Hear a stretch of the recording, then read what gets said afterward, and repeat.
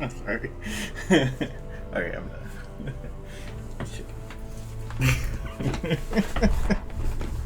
It is Mike's first nightmare.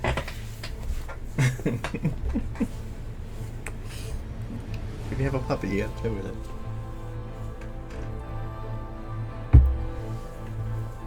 Yes. Alright.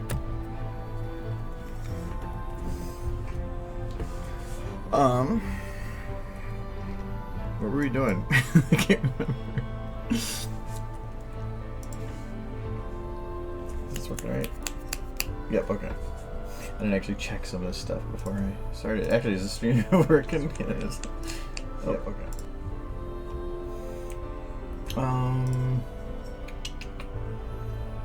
Post stuff.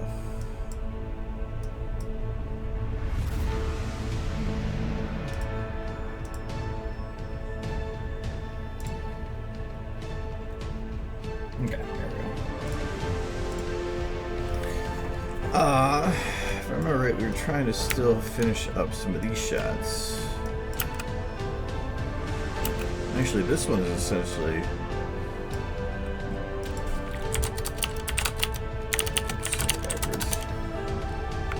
Hello, Pickle. It's like that. All I got to really do is add life to her there, but I kind of wanted to try to figure this one out. Because this one actually still needs a lot of TLC. Now that I know what's wrong with these lights, I can at least go about doing that. So that's the line metrics, right? Yeah. And I have worked on this quite a bit. Like, I'm done with my anthology stuff, so I was actually working on this video for... I probably put another 15 hours into it, but it's all on the other shots, so I want to get these ones done. So I can actually start rendering this shot.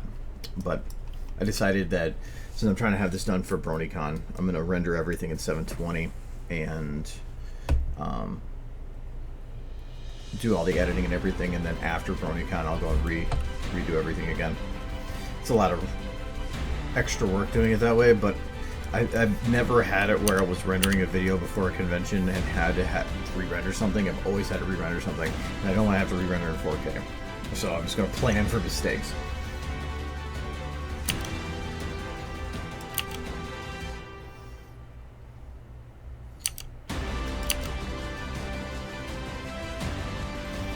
Okay, so I'm trying to figure out a level with radius that, because like, I added a couple new songs to that thing too. You can see like these little breaks, these little lines that go through. If I have the radius really up at all, if I put it all the way down, then it's perfectly smooth, or almost perfectly smooth. When I was getting those gaps and I had that radius up like that, I like that lighting more, but those gaps are just, I can't go with that.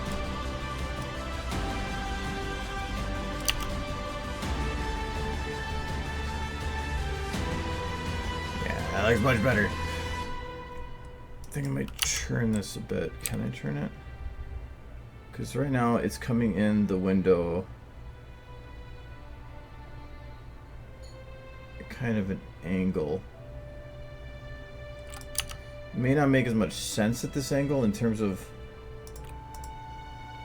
how it's coming and hitting stuff here, but I don't want to have this coming straight here and then this coming in at an angle. I could separate the two, but I think that should be fine. Alright, so I gotta make sure this matches with this shot. So the door's open more.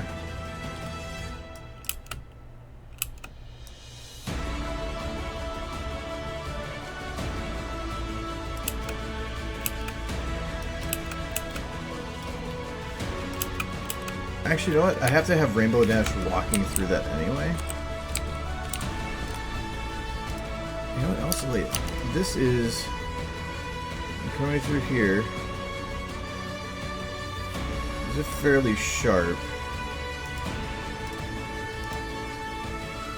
These aren't.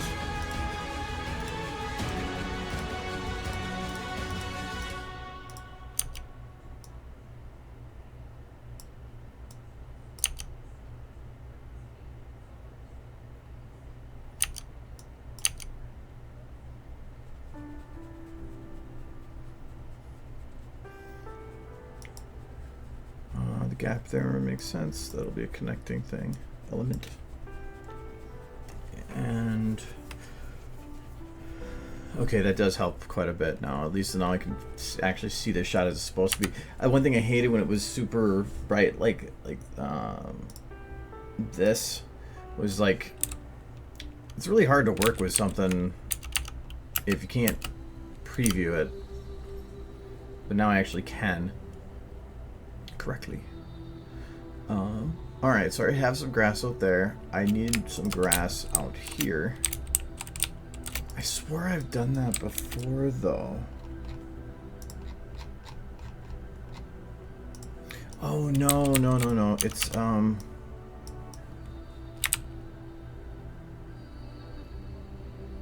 was this shot I remember putting the grass outside the door.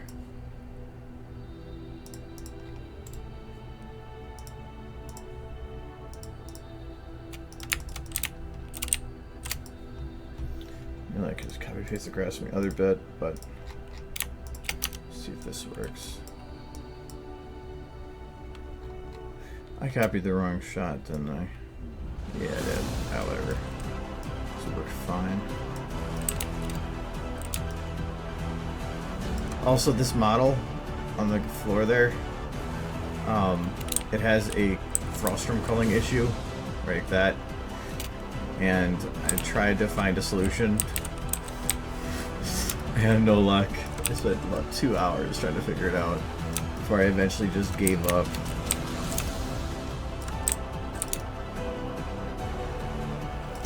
I ended up decompiling and recompiling the model. Actually, I do want the other ones. It's built better for this.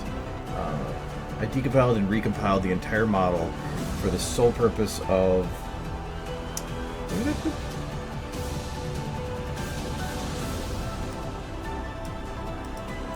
Where's the grass for this one? Foliage. Ah, there we go.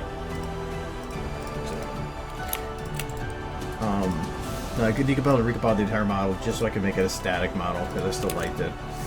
And then it fixed the issue, but then I lose control of bones. A lot of the normal fixes for that weren't working, mainly because it needed a collision model and it was flat, so it didn't actually work for that.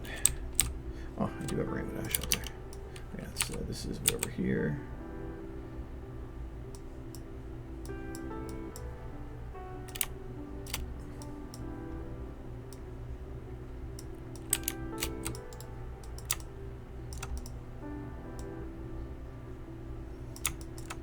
So this grass is built to be a little bit better regarding the uneven surface because it was built for it technically.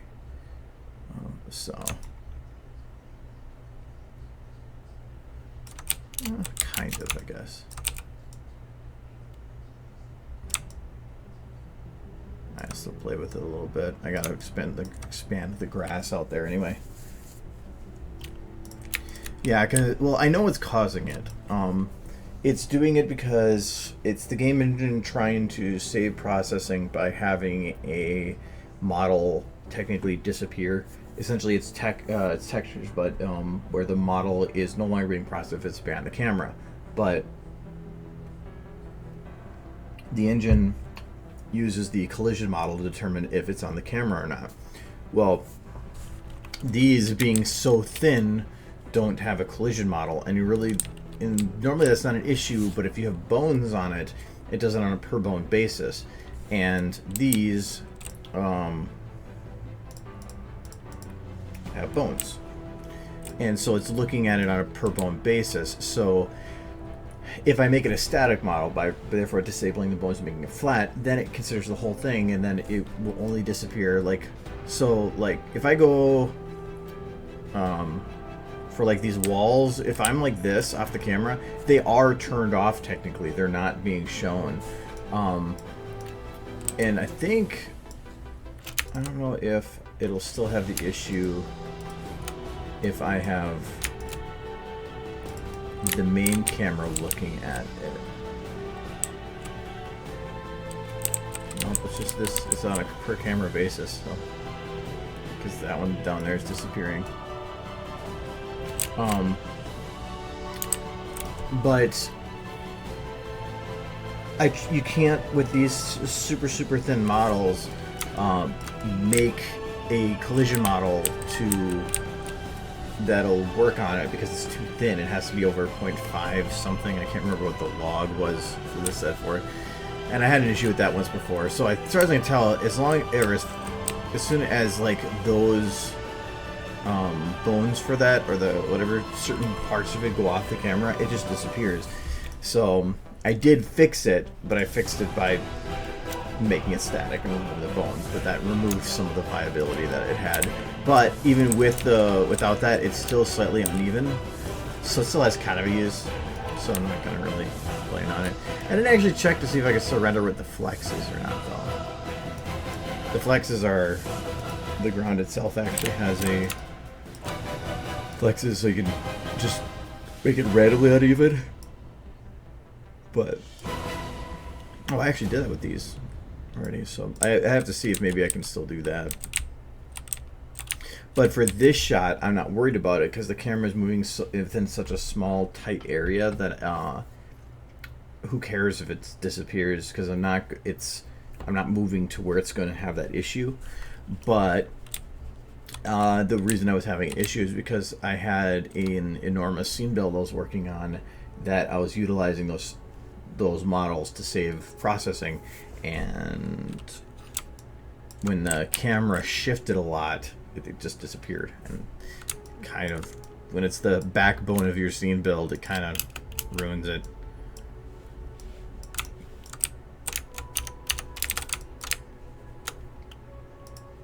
Alright, so you do see the grass here.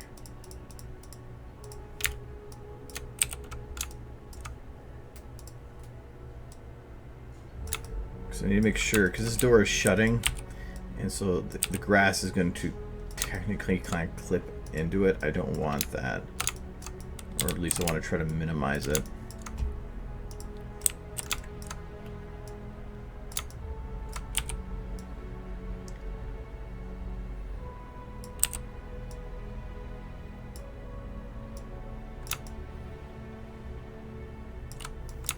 Okay, that should work. Alright, so this shot does have the grass go all the way into the distance. I don't think I have this set to move. No. But I'm not even worried about that. I can do that. I don't even need those to be moving, like, to move detailed in any way, just to move. So I'm gonna move this under grass. Now this grass I can reuse, because this grass is fairly flat. I don't have to worry about it within that surface.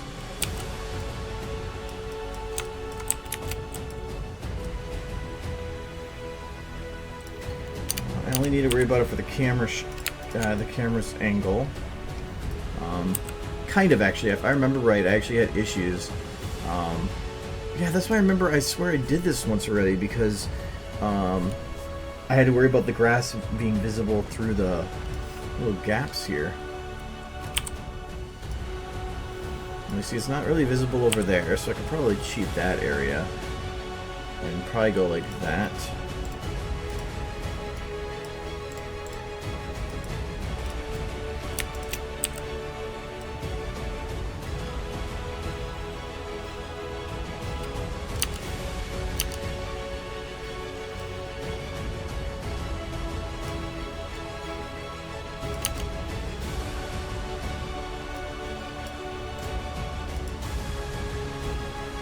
Little horse.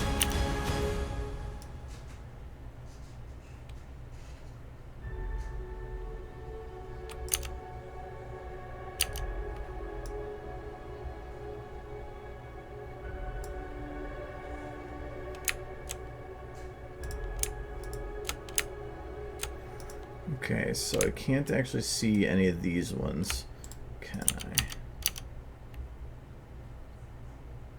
Nope. Actually, I should set up the lighting a little bit more. I'll delete these first. So I'll delete these ones.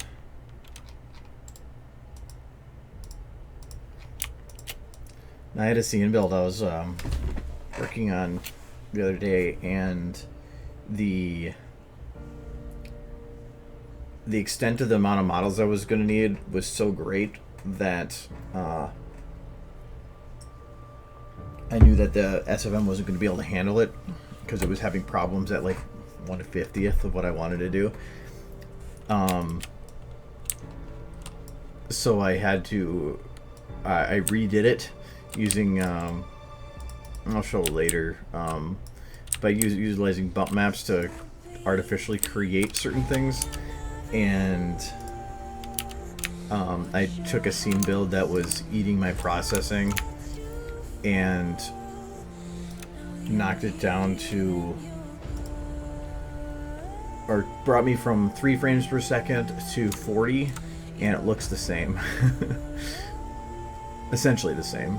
There's a little bit of some differences if you go at the right angles, but I was actually really proud that I was able to, of how that came out. I'm trying to do, because it's like the scene building and stuff, I think at least, is, or can be, super boring when I'm just trying to figure stuff out. You know, I spent 7-8 hours just staring at the same thing. So trying to do that stuff off stream, and once it gets to a point of I'm doing interesting stuff, I'm trying to bring it on here again. Not that, you know, this isn't kind of boring to a degree, but I think people like seeing the stuff come together. So here you can see dirt, and dirt, so I gotta fill those little gaps.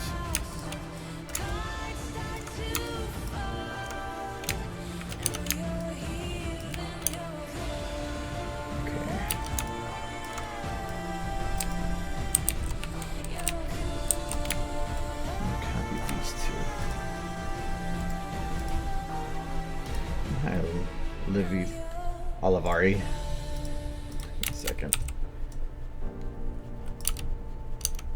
Okay, so if I go, so it is up here. Aha.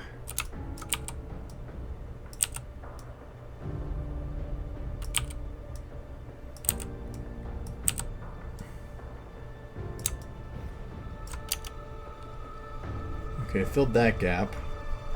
So is this, I don't think there's any ground there.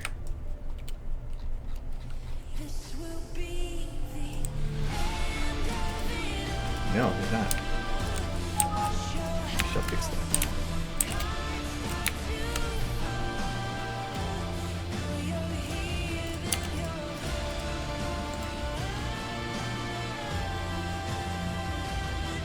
You know what?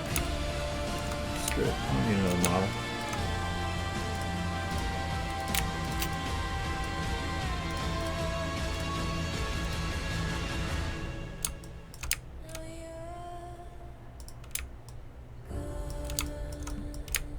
There is one over here with hello grass.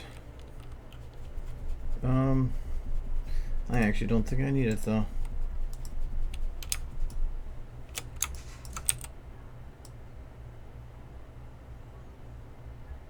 Nope. I guess it go up to about there.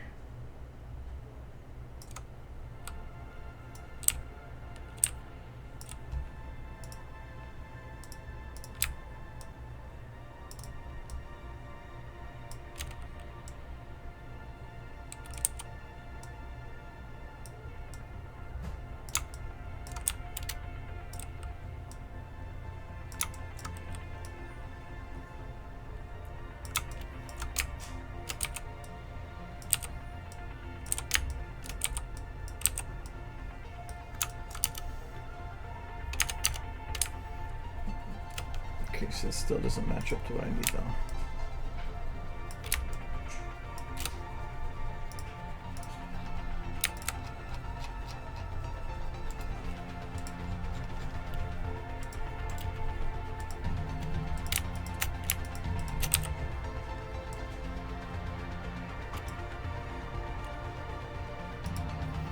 I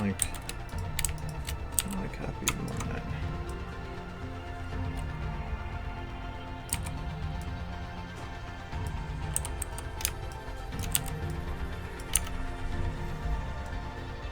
I cover my grass through the window here. Yes. I don't even care that there's some dirt in the corner there. It's mostly covered. Even then, I think it's just the light because of how I did the ground there that made that weird. But I need a sun that is now doing the same thing as this side to this side.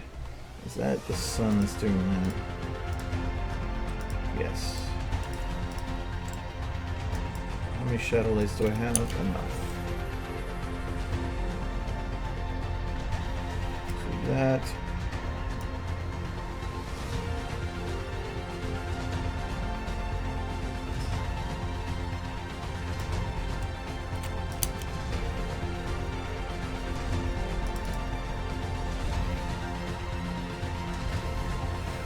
Okay.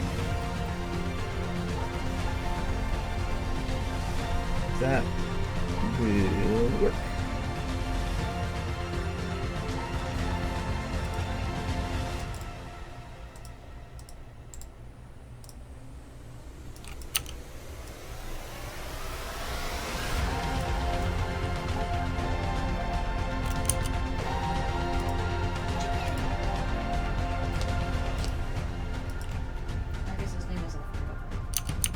His name is Alfredo. What up?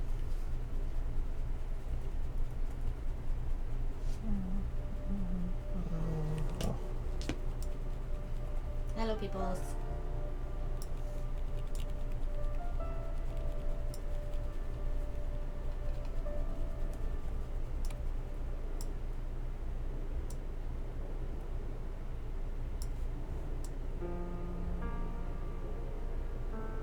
That's not making a difference.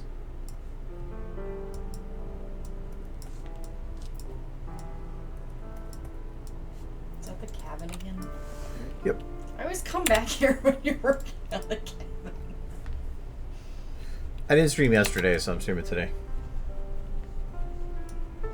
We had too much fun yesterday. Yeah, I had a wedding to go to. So, to make up for that, I am doing it today. We played bocce ball, croquet. You know, all the normal wedding stuff. I don't think I've ever had that at a wedding before.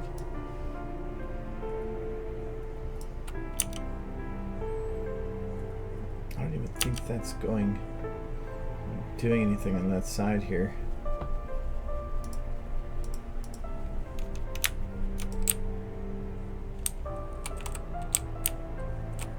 Okay, it is. I just can't even notice it.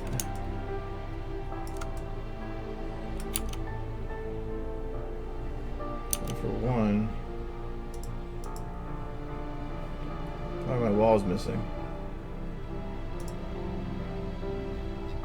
It's Rainbow Dash's fault. She did it. Where'd my wall go? We have 3 stars after the wedding.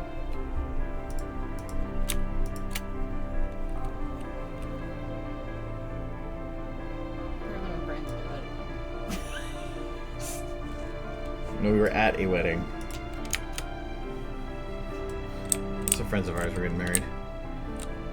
Yee.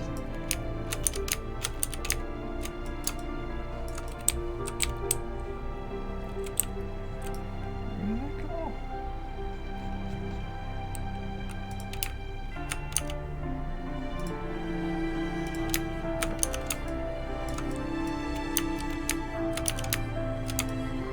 Looks like this is gone. Oh. Let's make some new ones.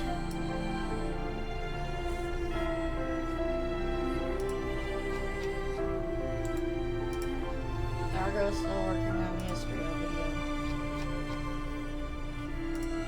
Yeah, I did stream yesterday, so we're doing it today. I need to get work done, so I can't exactly just state, nah, I'll just do it later. Probably gonna look exactly the same. Nope, not quite.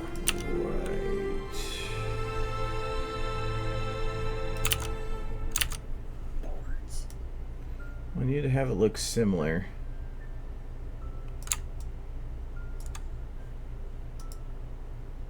And that's not it.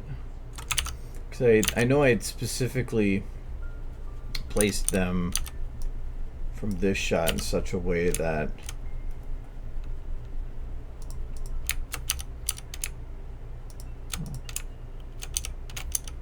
in that shot.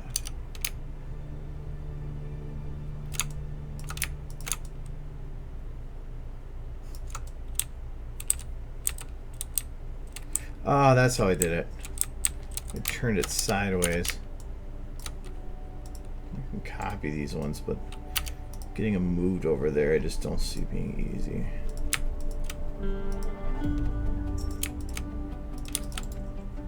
Is the cabin only used for one scene? The cabin is only used for this 11 seconds. But to me, it was one of the shortest chapters in the book, but it was also one of the most iconic and descriptive. So I feel like I should do it the same right. Hi, kitty. Yeah, that's Alfredo. Yeah, we need the chicken Alfredo. You named the chicken Alfredo. She's like, it doesn't smell like chicken to me. Yeah, I could probably set him up so he's not flopping. You're right, dolphin. That's what he always does. I gotta set him upright because the chicken. I gotta put his legs down. I'll put the... Did you show them how awesome you are at chicken? Yes.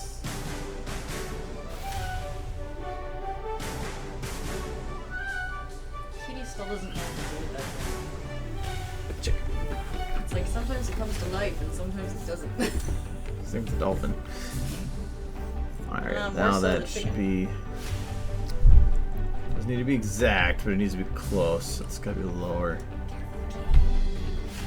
You might hear kitty sniffs. What are you doing at the mic? Kitty! Meow. Are you gonna meow into the microphone? Meow. Are you meowing into the microphone?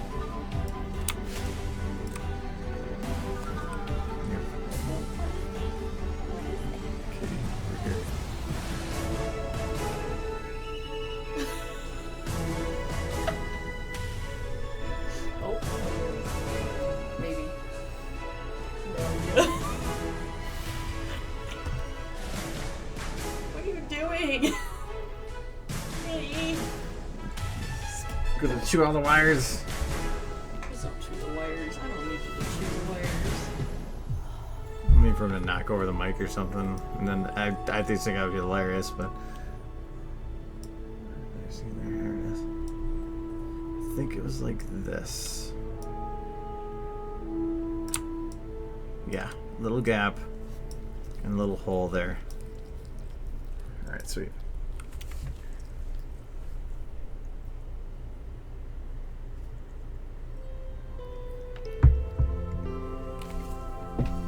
Oh yeah, I waste my time all the time. Yep. It doesn't, and to me, no, it doesn't actually look good yet. It's, I mean, all the other shots do, but now I have to make this one, and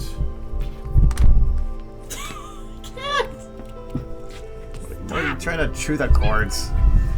Bad. He grabs the mic cable. Enjoy. Kitty's gonna come outside. Meow. I'm missing my... Oh, I turned that off, that's why. No, it looks good, but I don't want to just stop at good. For one, there's a lot of things wrong with this still. The ground that's behind this part is just gray, or just a flat brown. I need to balance it off with the actual grass. The actual grass is out here.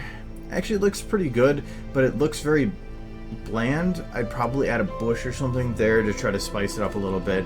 Same with maybe out of this window to add something to it. Within this actual building itself, everything is too dark. There should be some kind of a light at least coming in from some surface that's hitting it, even if it's not realistic, to at least give them definition. I kind of did that already with the wood beam here. I mean, there's a light specifically just hitting the back of this beam here. But I have to also make sure I'm tying all the shots together. Then at some point I have to do a test render to ensure that I'm doing that all the light is balanced between every shot. So like here, in this shot, this is hitting this little wooden thing here.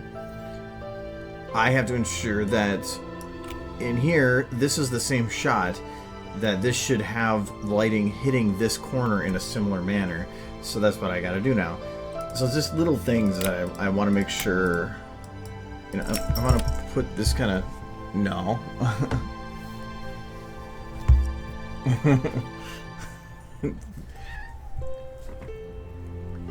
Hold on, I gotta move that cable or Kitty's gonna have too much fun.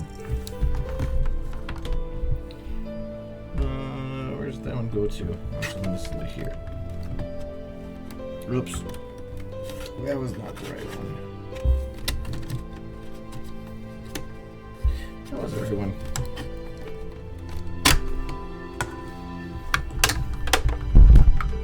No chew cable. No. Look, it's gone now. Ha. He ran right back to the same spot. Can we close your door? If you want, it's no problem. Tell it again, I'm closing the door.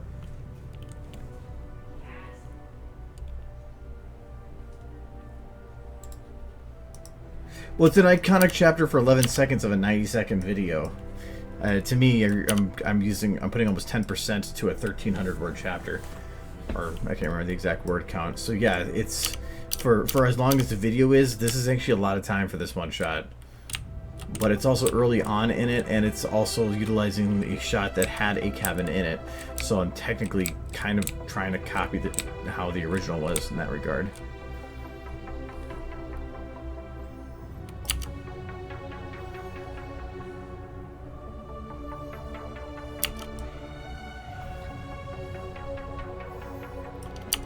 Okay, so how does this work?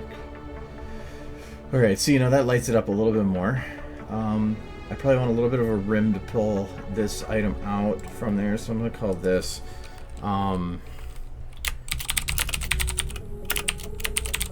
going to put these as just, actually, I'm going to put this at the front. Because this is going to be a lot of just, I think, random lights that I'm going to have you placing around here. So I don't think I'm going to put this one in there. Put this one up there. There. Okay, so this is going to be the rim light for the desk.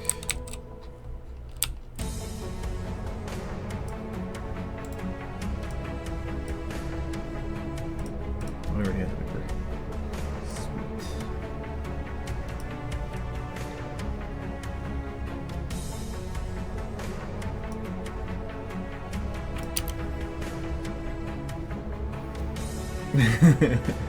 I love my keyboard. And there's a joke on the stream regarding my keyboard. The stream lasted a lot.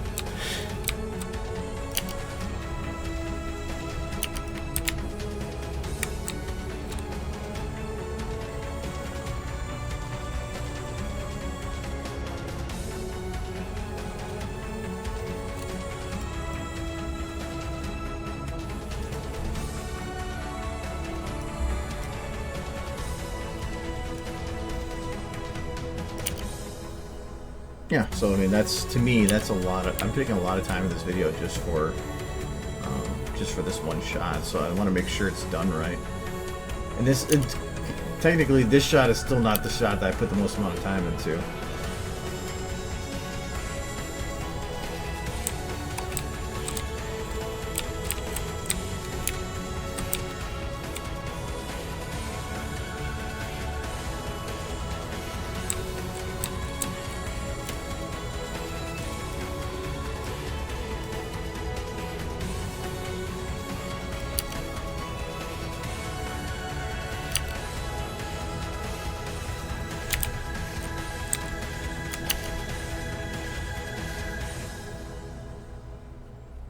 I think.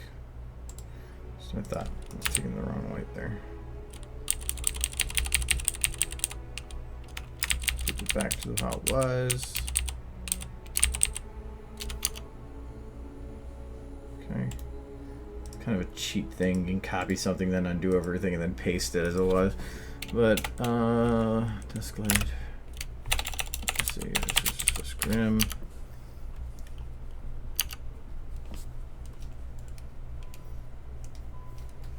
That should be fine. I want to put a little bit more light on the floor because you have a lot of light here, and based on that angle, there should be something on the floor here. Okay, maybe not.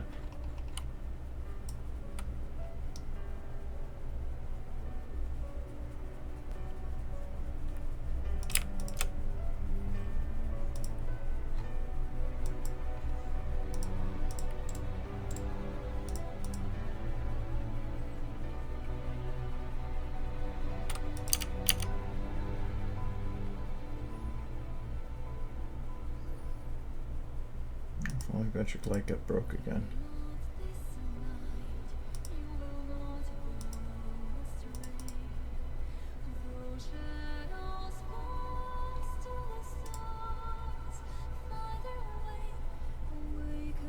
Okay, I really wish I could figure out what causes that, because like when this light's on,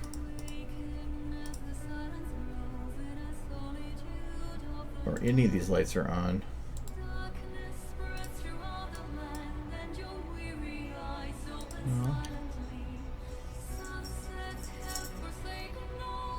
because the lights work fine right now, but as soon as I added this one, they don't.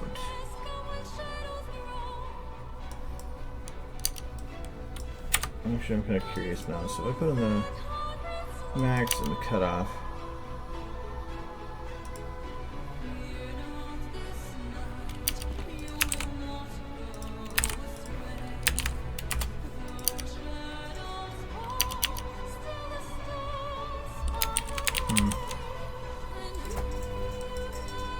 Might have to play with this a bit more.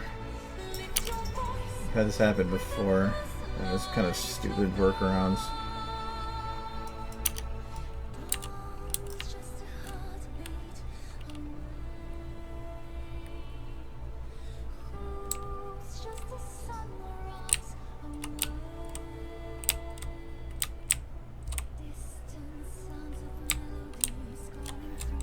See if I can just go with a more general light for this.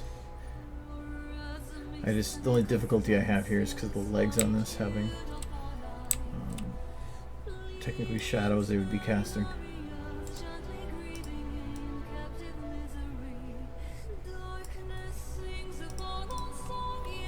I'm hoping I'm not going to be restricted to just one more light. I don't feel like trying to figure out what's causing the issue.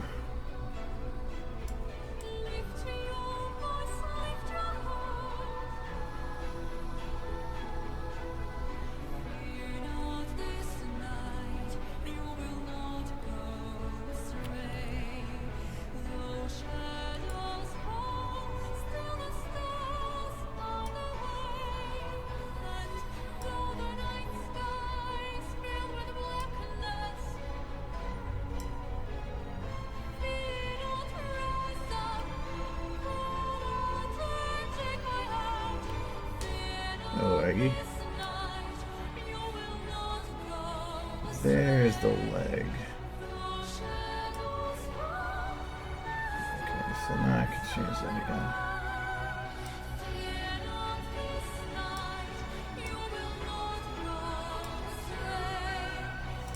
On the ground, or is it just the shadow areas?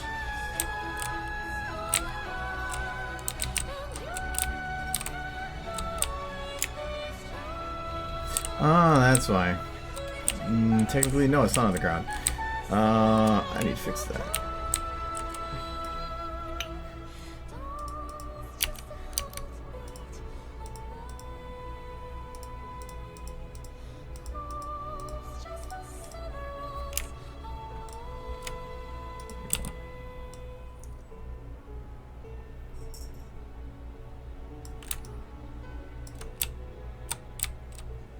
No, not again. You've already had your chance. Okay, now you're just gonna lay there. Okay, that's fine. As long as you're not trying to like eat anything. Well, I have a feeling when he stands up, he's gonna knock my mic over. There, that's a little better. It's like sitting on it. I know that the tail's probably gonna whap it, but.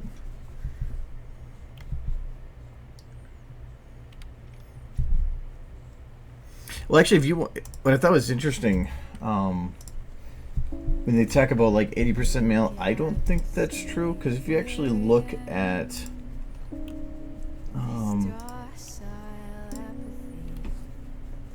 I have entertainment and looking at my YouTube analytics every now and then, but I think one of the coolest things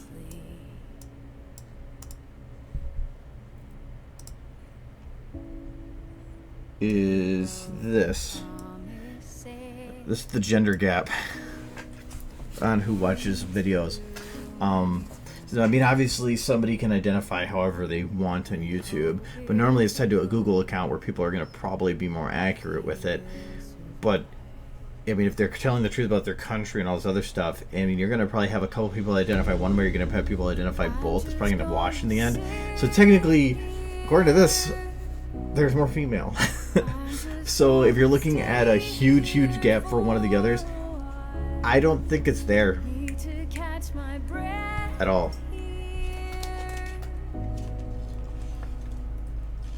I think that it's just a misconception of it. I think that if anything, males just might be more boisterous about it, or it's a it's kind of a confirmation bias thing of it sounds like it should be, so it probably is. But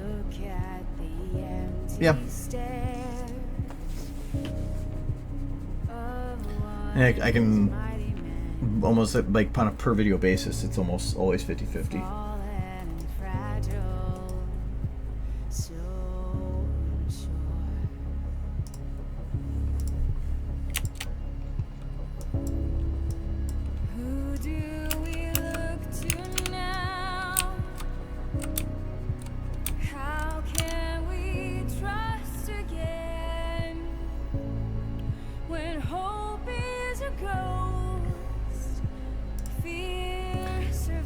I actually really like how that light comes through that window right here. But that's not even matching with the original, which means I can't really use it exactly like that. I can use it kind of like that, though. Like that. I wonder if I should... Would it make sense to put that kind of lighting in these other shots? On the ground. This building's not in the same position. So I won't be able to get it the exact same to see. And I'm kind of okay with having that inconsistency because it's not going to matter that much for this. But I just don't want to have this kind of inconsistency between this bit and this bit. But let's see. Well, let me copy this. This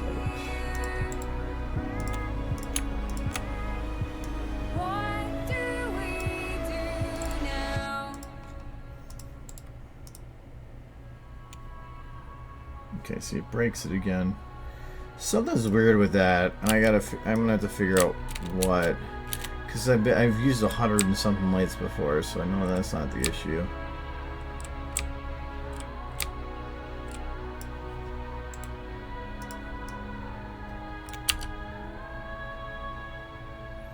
Being shadowed doesn't make a difference.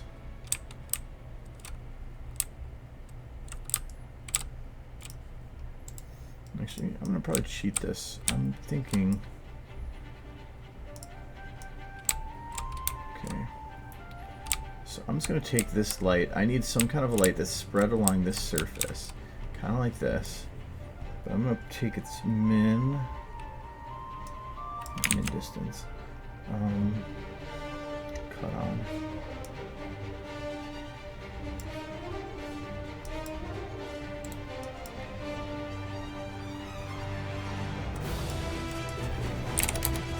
Yeah, this is the Astro video.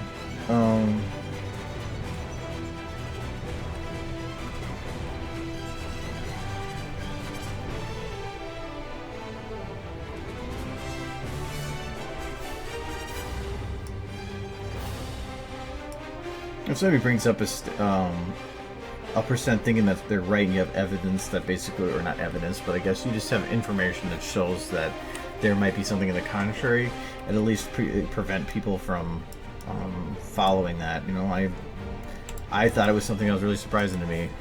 But it is good to know, because usually you want to play to your audience to a degree, so if your audience is one or another, sometimes it could be useful to play to that one or not. I kind of just go off of, I'm just going to make what I want, but yeah. And I'm pretty sure I think that if you think about it in terms of a show that is supposed to be a gender biased show of having more female to male, the fact that's even considered 50-50 in any way or even close to that, I think is already showing something. So, is there a way to take reflected water from the Esther maps and add it to the workshop water models? You can't have a model have a reflective surface.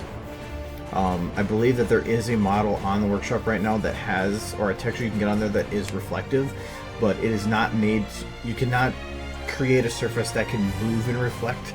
It has to be something that is built into the map.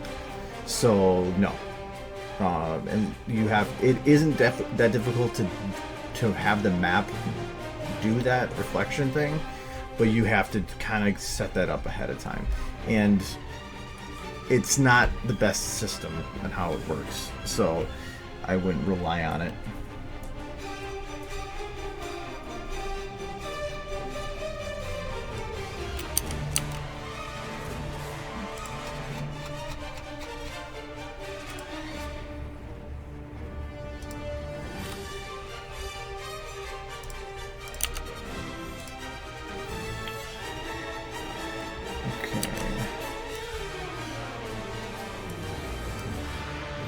What I want to do is I want to have light coming in, but I don't want to have much of it lighting the actual base. I want it to light it just after the base, because right at that corner it's going to be darker, because there's not going to have much light reflecting off of it, but then it's going to get brighter as it goes and dim again.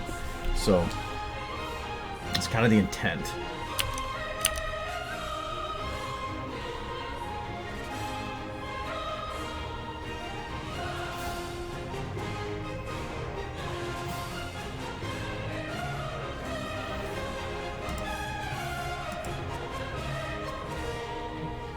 See, all I do is remove one light. It fixes it, but I need to keep that blue. Something's got to be weird with these. Why is the night having an ambient or a shadow light on it? That makes no sense.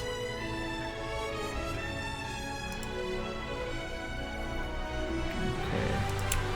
Let me figure out what all these lights are so I can potentially start killing them. This sun one... shadowed. I don't know if that needs to be shadowed. Yes, it does.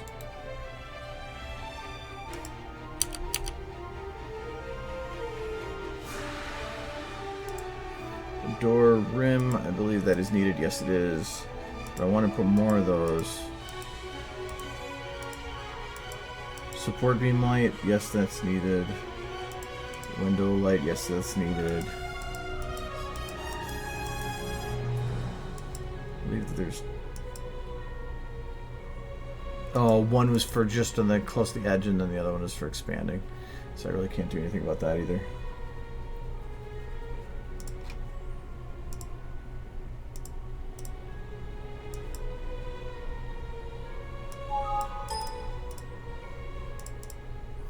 Oh, if I remember right, wall glow.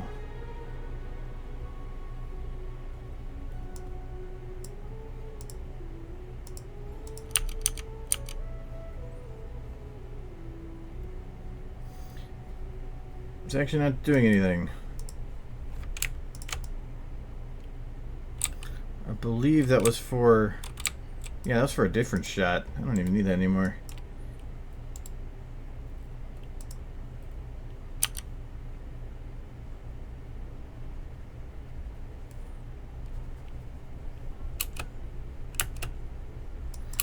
One thing I wish this shot would do is that the door shutting would make things darker.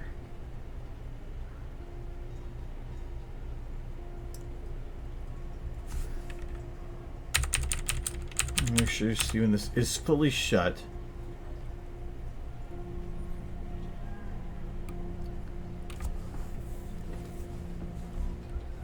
That's fine.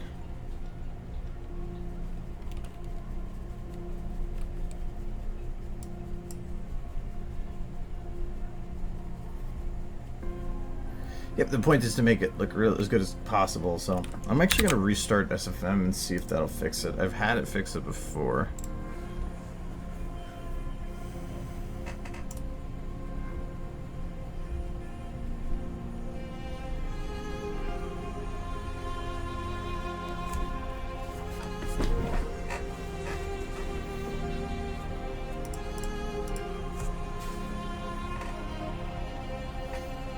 Was supposed to be. I wanted to kind of go dark when the door closes because the door closing is one thing, but I want to. I wanted to have it kind of give a feeling of closure when the door does close. And I still want to light a couple like objects in here to have things stand out. I'm just having the issue of you create a light and it breaks. Only on that's not gonna. I was like, hey, it worked, but not in the right shot.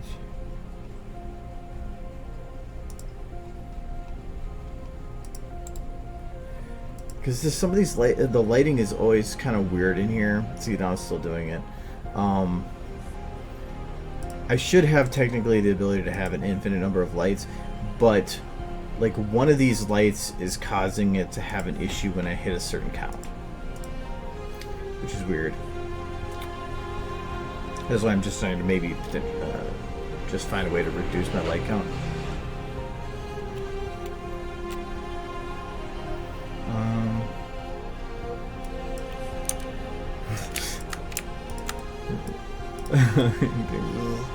Levians! The pound is Levians.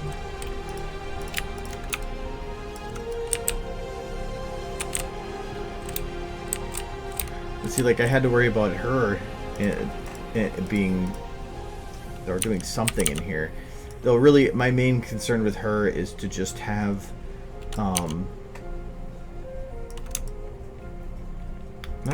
it's normally I wouldn't care because in the actual anime there was no pony walking away, or not pony especially, but no character walking away because the door was actually shut. I mean, it went from a sliver open to shut. Here, it didn't really have that effect. I mean, I'm not able to utilize it like that.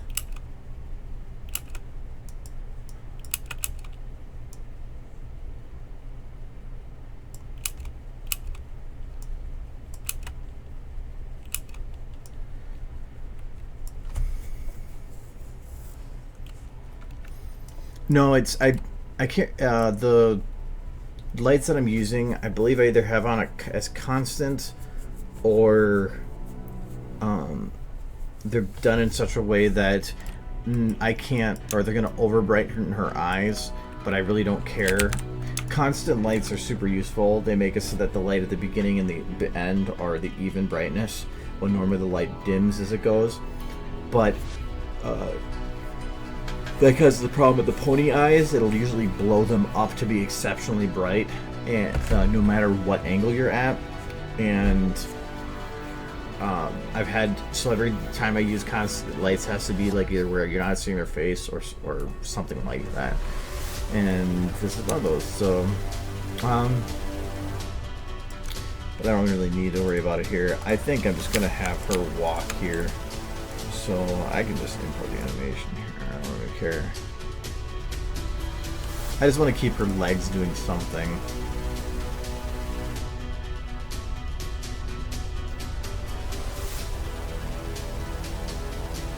I don't run this on an SSD, no. I originally got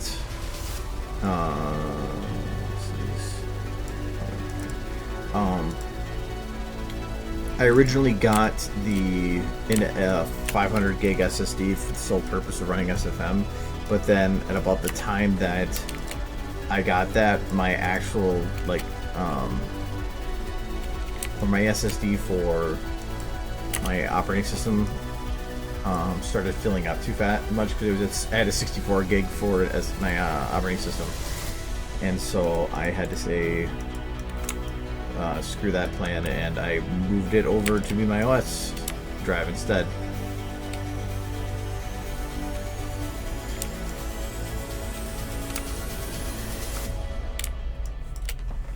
So no, I don't. I run it on. I have a Western Digital Black, so it's a better than normal drive, but it's still not an SSD. But this is running on such an old engine. I don't think that an SSD is going to help it very much. I mean, I can't even use over 3 gigs of RAM, or much over 3 gigs.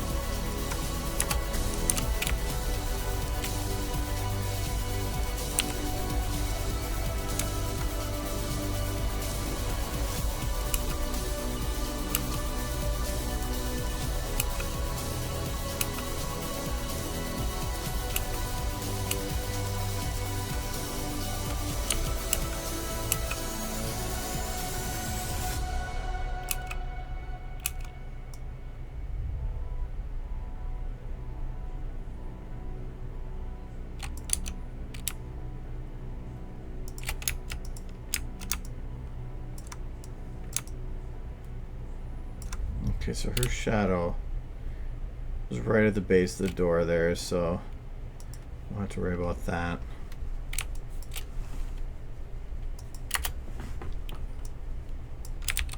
So I'm going to make sure that she's actually moving this whole time. Yeah, she was.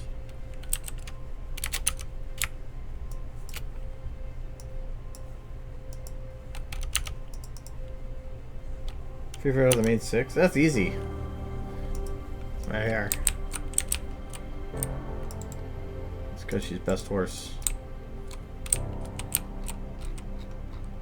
Even she's not. She's like, duh.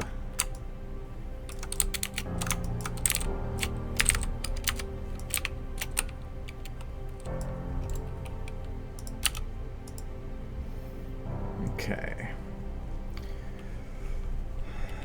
So I do need to get some of the grass here to fill some of these gaps in the window here.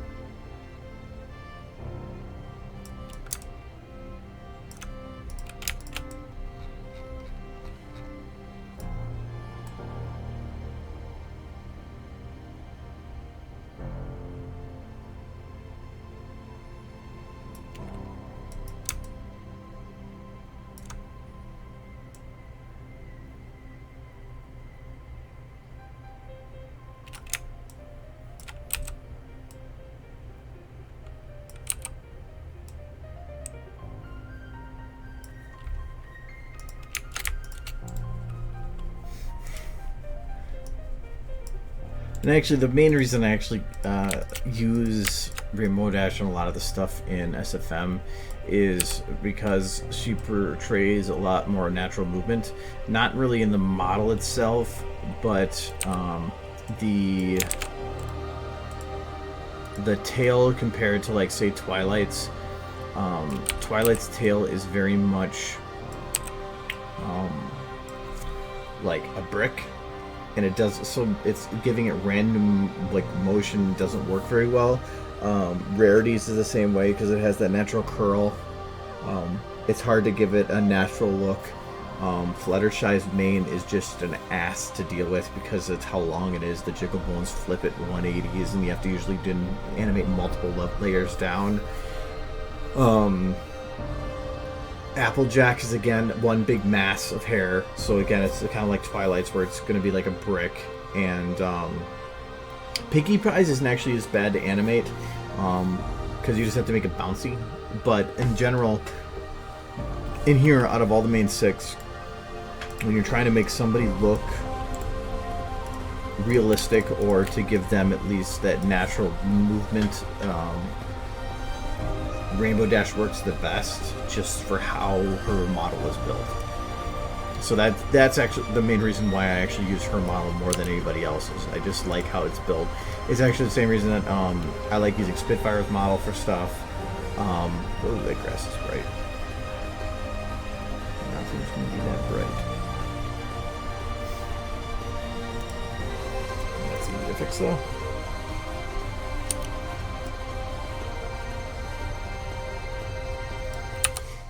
What I wanted to do.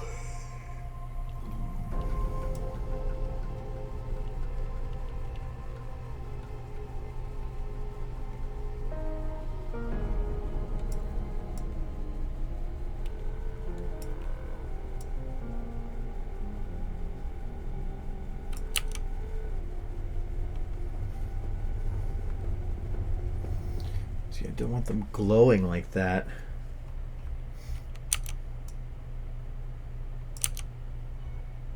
This is a radius? Yes, it does. So it's going to spread out and hit them anyway.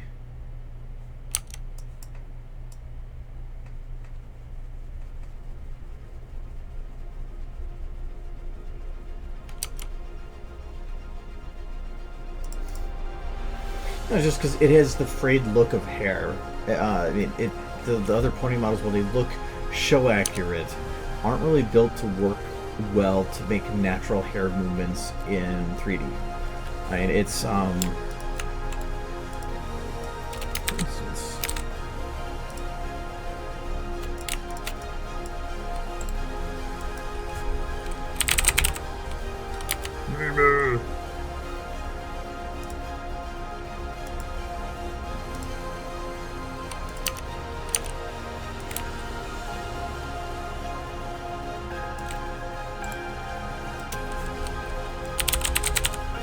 like, I like working with Twilight, but it's not only because I like doing nerdy things, and so she's kind of perfect for that.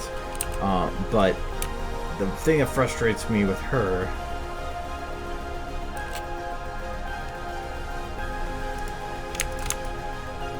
is just that, well, the tail looks good while sitting there.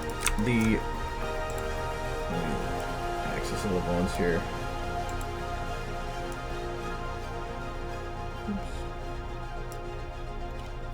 If you actually look at the jiggle bones, like Twilight has a total of 5 bones for her entire tail. That's it. Oh, actually make that work. So if you start trying to do really jarring movements, you start getting this, and that's not natural looking. It's a lot more difficult, especially at the ends here, to try to get some of her natural motion for hair. But comparison, Rainbow Dash has 7 jiggles and 3 tail bones in her tail. So well, the main bones are still the same in terms of the main 3 going down.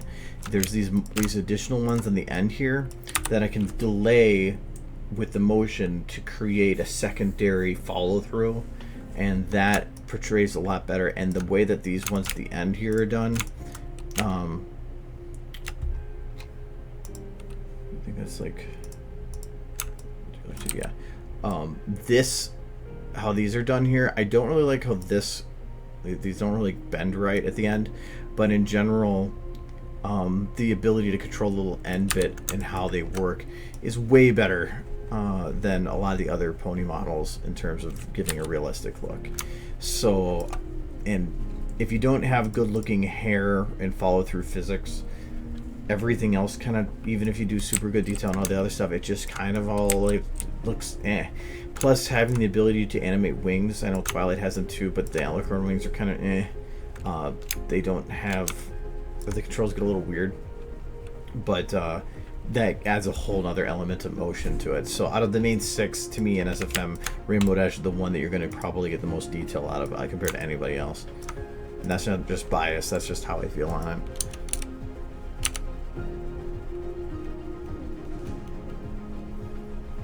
Well, I wouldn't say SFM has proper issues, because it's more of that when you watch a lot of like Disney and stuff like that, you have professionals doing stuff that have dedicated their life to it, and what a lot of the people that are doing this are doing it as a hobby, and so they're still learning, they're still improving, and a lot of the people, and the quality of the models from when it started out have drastically went up. And that's because people are learning, and new people are coming in with more experience. But main thing is people are learning, and so you're not going to expect people that are going to be making perfect quality Pixar models that we're used to seeing for this. So, I mean, the engine, yeah, has its restrictions, but in terms of like the animation of models, there really isn't much. You can have about as much control as like Pixar would. You may not have as much ability to calculate smooth body physics as they would, but you can still move bones just about the same way. So,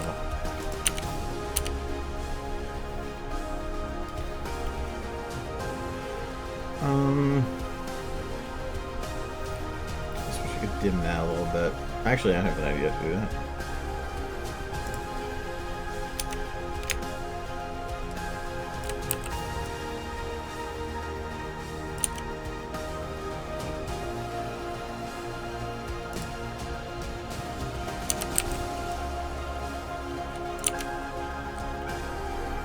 Less visible there. At least now it has some kind of something there. And behind this door, so like when I move this, you can see the white line for where the camera is right here. The camera is showing a nothingness expanse. And if the camera's moving really fast, I normally don't worry about it either, but this isn't moving very fast. It's not really moving at all.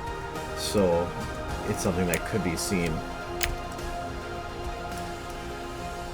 In most movies and television, there's stuff like this that happens all the time where there's an inconsistency.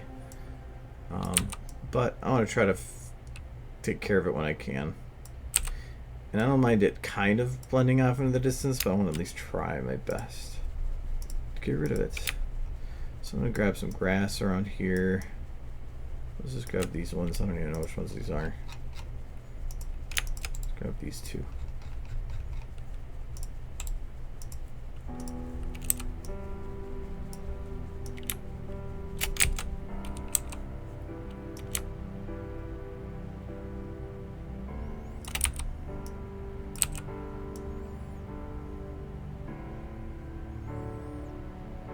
This grass seems really weird. Ah. Forgot.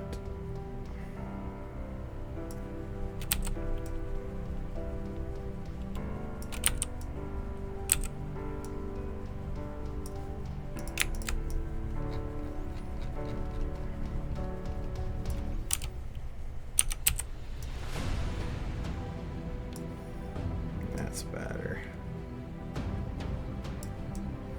Now here, this is going across the edge, but I'm going to just put a little bit more grass over here just to fill that little gap. And another one here to fill that one.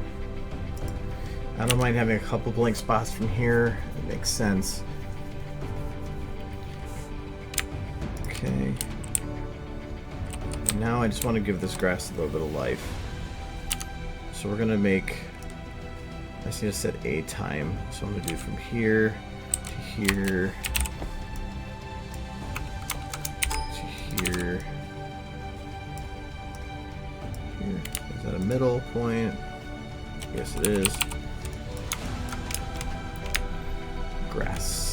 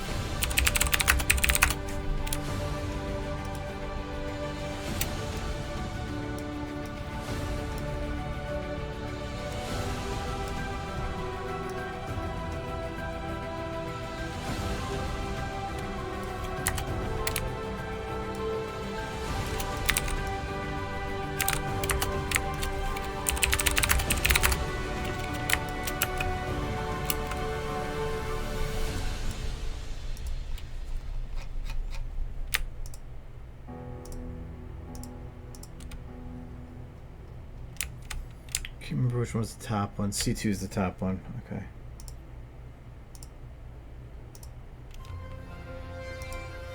So only it's selected on those.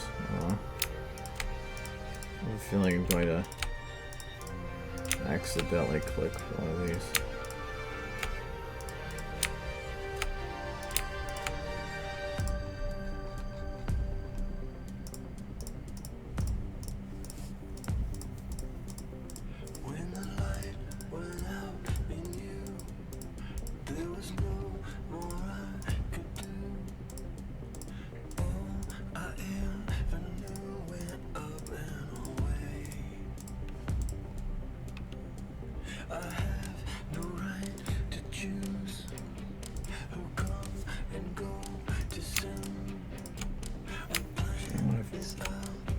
Only C1 selected, or C2 selected, so I might have to go back and check those other ones again.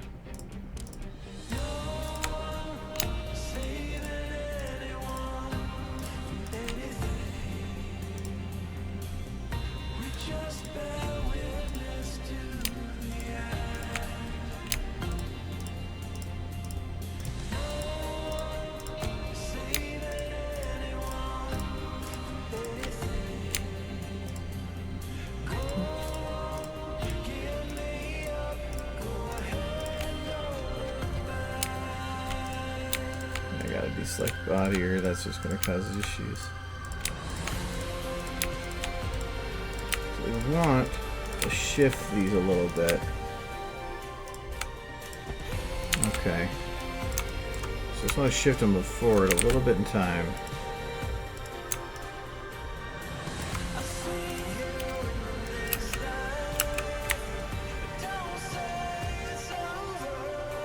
Did they not get animated? Should have. I'm not seeing them. Oh, their motion is really slight. Well, I can add to it now, though.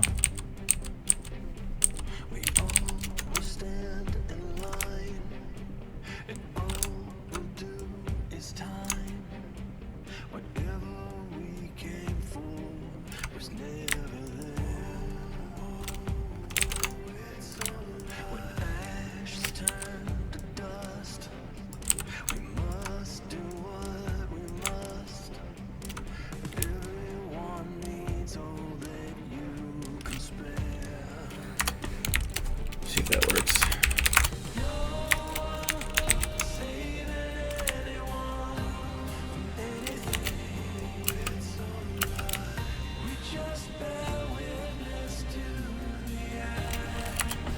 Okay, it works.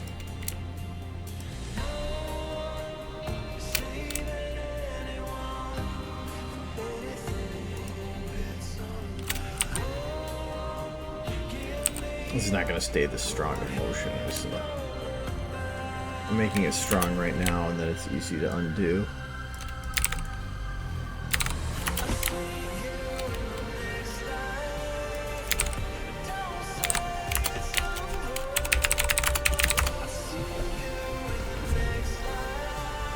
made quite a bit. I mean, this section's almost done. And then the ending section's almost done. Second section has one shot I still have to make. Third section is I have the most to do in, because I have to build 2 shots still, but it's only 14 seconds compared to like this one being 28. So it's a lot less time. It's just going to be very involved. But I started that one when I'm not on the stream. Okay, this. Oops. Well, I shouldn't have decided that, but it's fine. I did what I wanted to with it. Okay.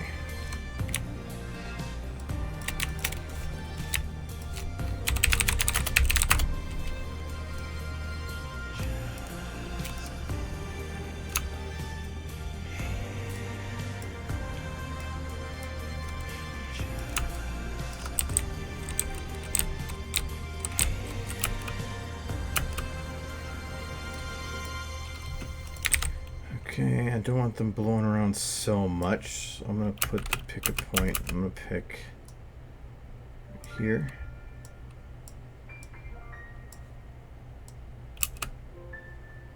Okay. And now I want to have it look like actual wind going through. I mean, they're going evenly back and forth, but if I were to say wind, I'm going to say it's coming from that direction. So that would be where it would hit first. So then I would do a line. Let's say a line like this. I'm gonna grab all the models that I touched.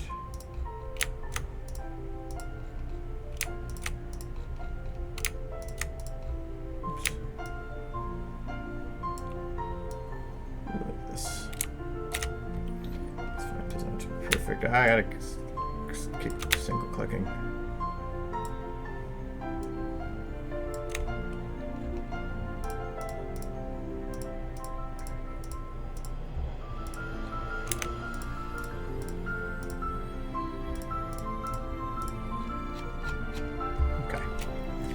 And, oh, actually I have to do this. What am I doing? I have to do this as a large group. Get that one included in there. Okay. So then these go forward by 3 frames, I'll say. And then I'm going to remove this one, so these ones, and this one. 1, 2, 3.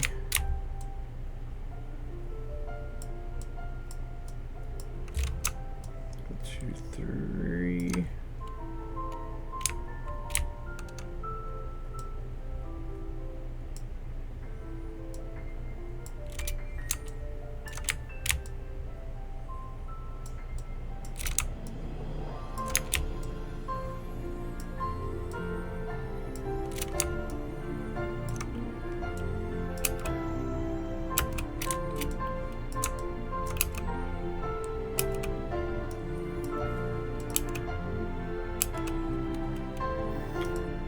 I think I'm going to slow that down just a bit more.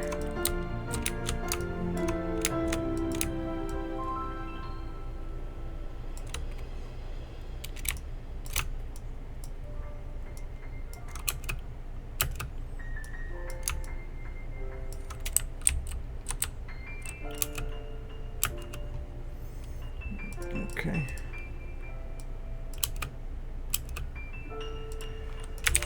I'm just going to copy this animation for this. Wait, no, it's actually got it to the root too, doesn't it?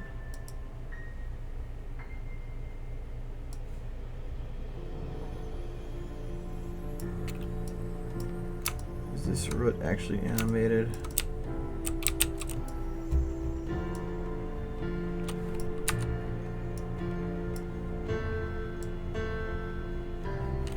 Seeing it as such, so I don't think so.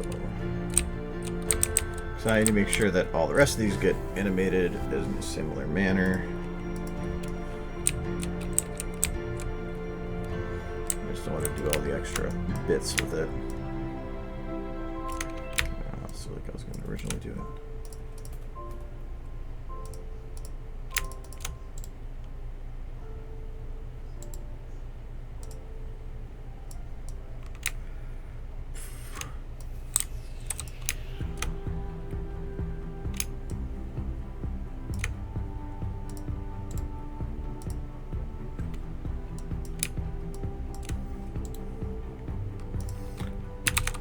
see if this actually work.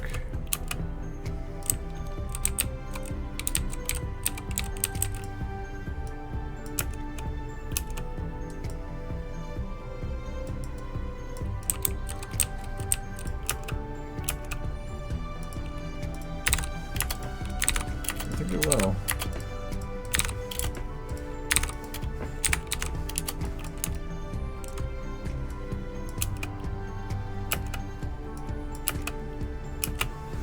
Actually moving correctly? I think it is. I did not expect that to work.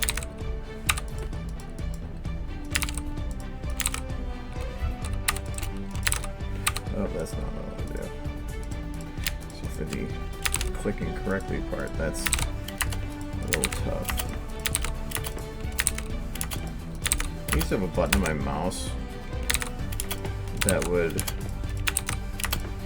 just paste or copy paste and cut. I missed that button. I had a Razer mouse beforehand and it kind of went to crap, and I was like, why am I spending like $100 on a mouse that had features that I never touched? So I instead went to Best Buy and bought a mouse for $8. That's the one I'm using right now. Only thing I don't like about it is it's not a full-size mouse, so my hand doesn't fully fit on it. But like, I don't really have that much space for a mouse anyway, so who cares?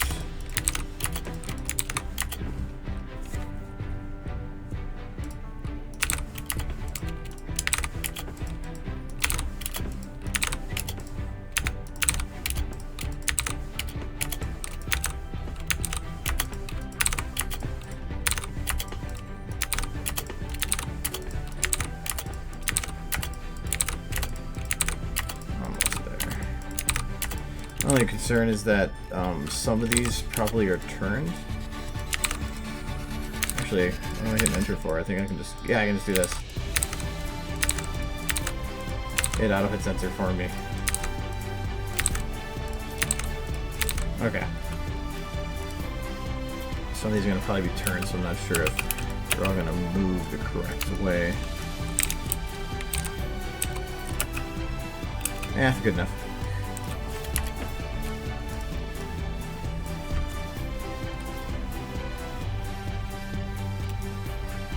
Yeah, my last one was I could weigh it how I wanted, but it had all these customizable options. But you realize you customize it to like exactly what you want, and you never change it anyway. So it's find one that's comfy, and you're good. Logitech is probably my favorite in terms of gaming everything now. Like I have a Razer keyboard, but and I like it. It's a mechanical keyboard, but like for mice, Logitech, I had a Logitech headset. I'm probably gonna go get that after this one breaks because I like Razer, and they have good products, but I feel like you're paying a lot and you're not getting a lot, and not anymore anyway.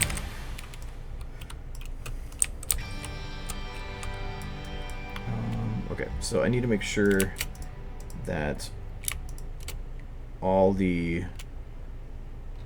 models here have enough that if I start delaying them, it's not going to kill it.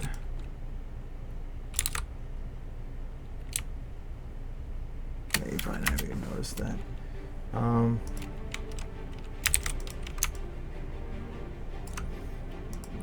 double check though.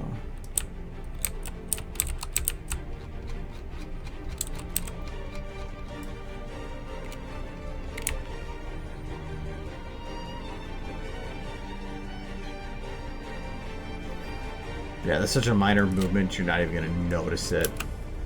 No. Okay. Because there is a little bit of a hiccup there. But to notice it, you'd probably have to zoom into like some astronomically small level.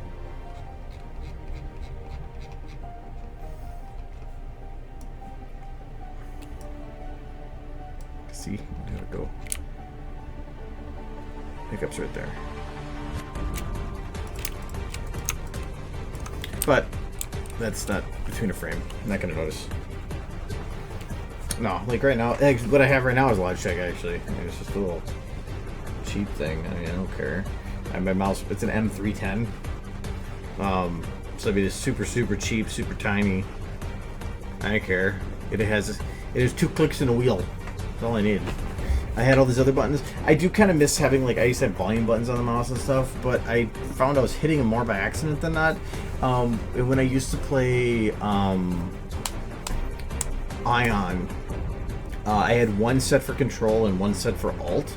So, and since all the skills were based on normal, control, and alt for the numbers, I could technically adjust what level I was hitting without actually using the keyboard to go alt and control. But besides that, me. Okay, so this is based, I think, on a middle one. And actually, I don't really care that this is going to match with the other one. I just need to delay this on its own.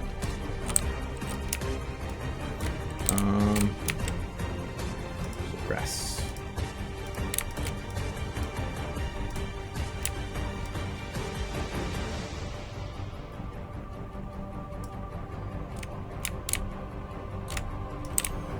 I'm sure I got everything selected here.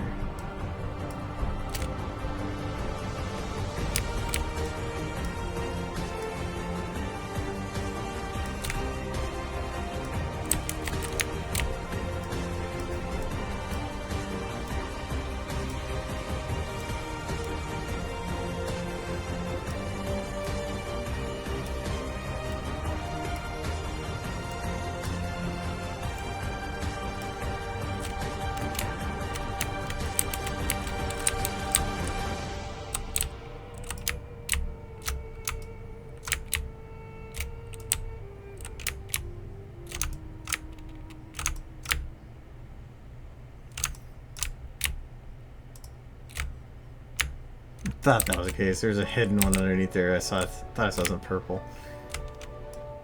Alright. So I was doing 3 frames per. It's really hard to figure 3 frames out now because I don't have the giant waveform. I'm gonna do 2 because I don't want to go too far with this. So I'm gonna go there.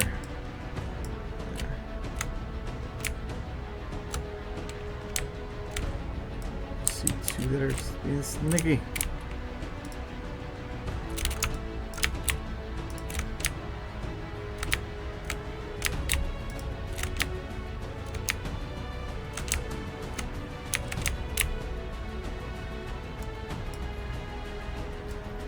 Deselect it so I can figure out.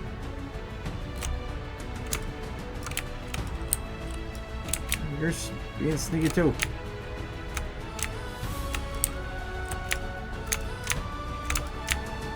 You know what? I don't even care. Screw you.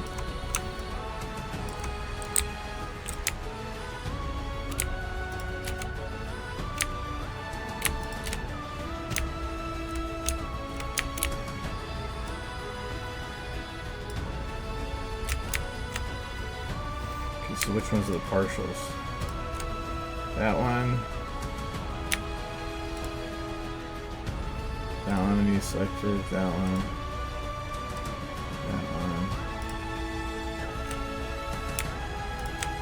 Where are you? Let you do that one. Ah! Hide from me.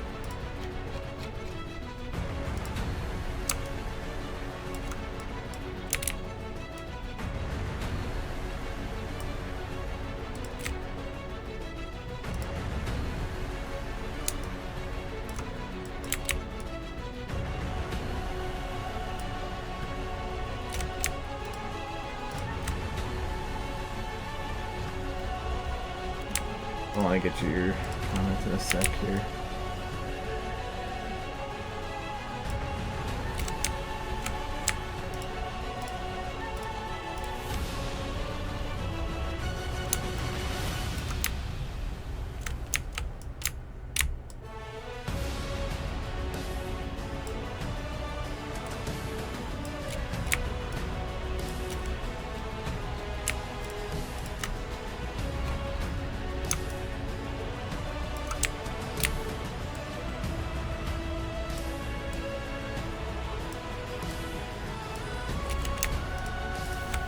I don't want to misclick or get distracted. everything here. Shit's in good. Let's do this last one here.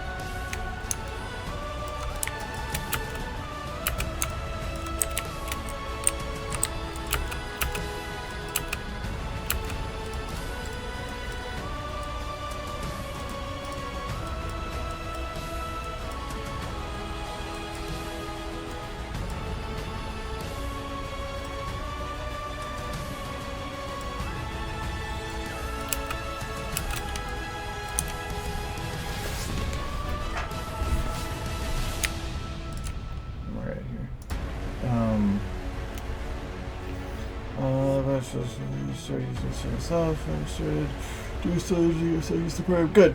That's the best way to do it, I think. At some point, I'd like to make a video. How complex is to make a video with SFM, or is it really simple? Yeah, it looks hard.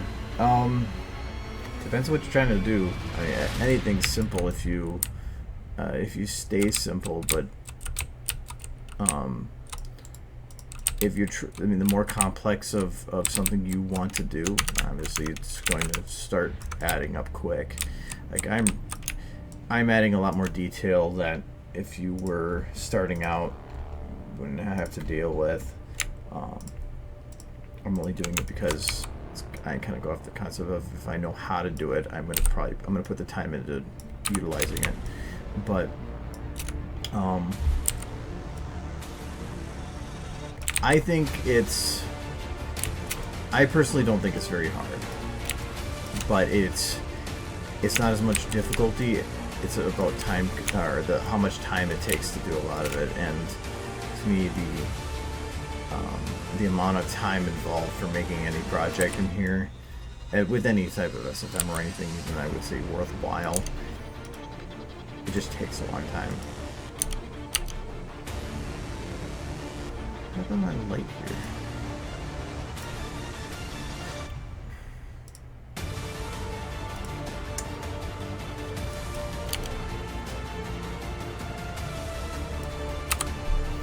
But there's just that button away. No. What happened to my light?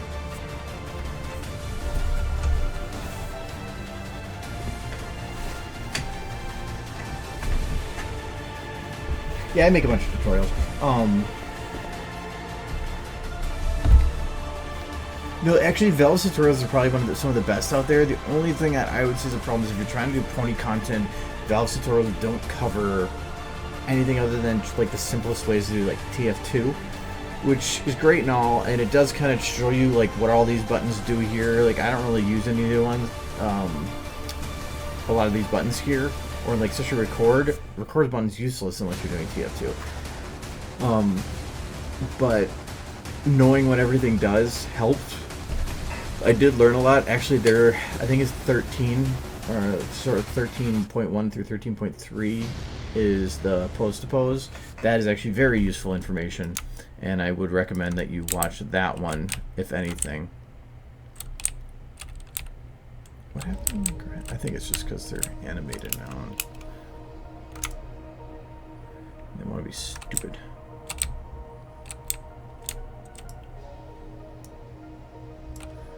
Just lost a lot of their luster.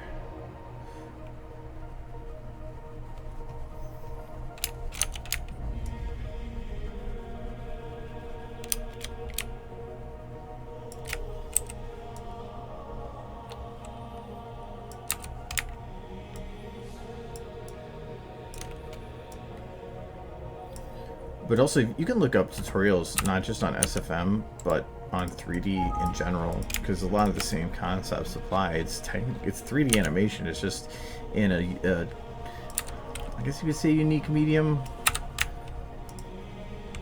I've kind of gotten away from, like, I don't know if you noticed on like my videos, I don't put, or even my pictures, I don't put SFM after it anymore, because of kind of the point where it's like, it's kind of grown itself into a viable medium on its own.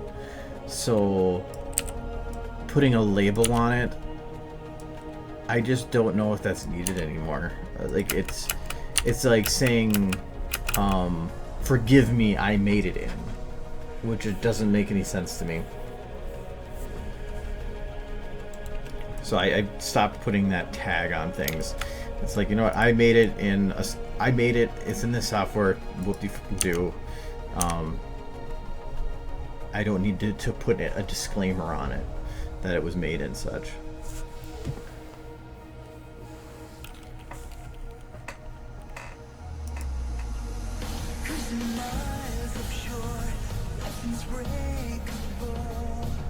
I think the only thing I really want to add to this right now is, right now how this door works, it's got that glow, which is really good. I really like that. But it's got these brighter spots where it actually shines through. I feel like I need to put something like that here. But I can cheat that. I don't want to do...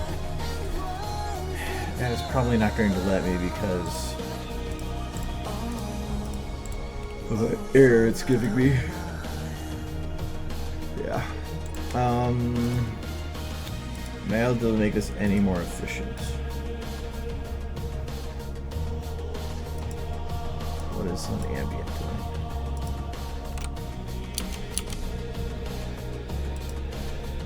Uh-huh.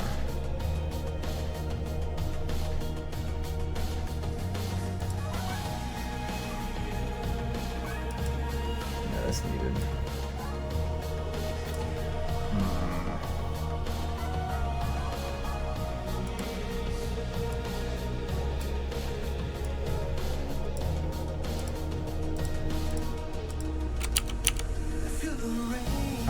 Yeah, that's fabulous.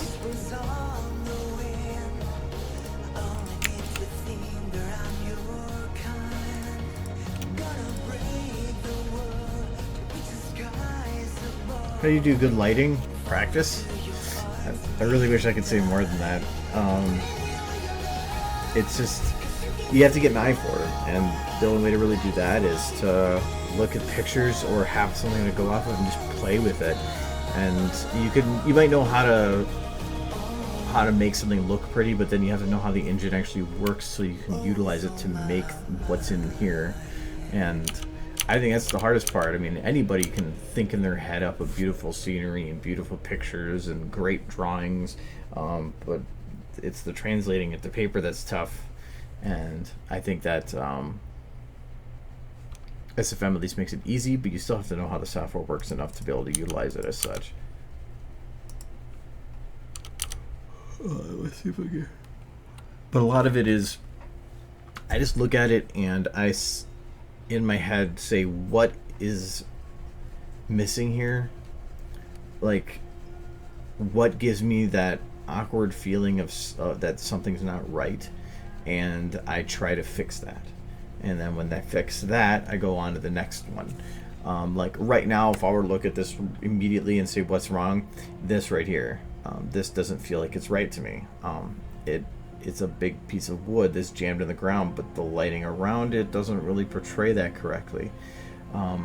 So I'd want to fix that. I'd probably grab my 90 here. Can I put shadows on it? Yes, I can. I'm just going to turn it up a bit.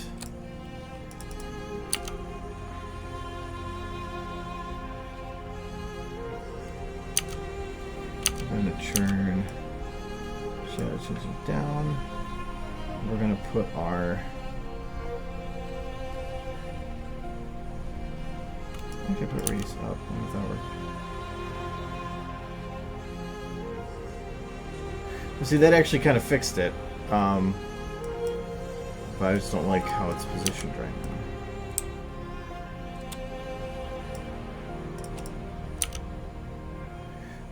So yeah, I literally look at it and just say, how do I fix this? So now that has a little bit of a shadow that was cast by changing that light.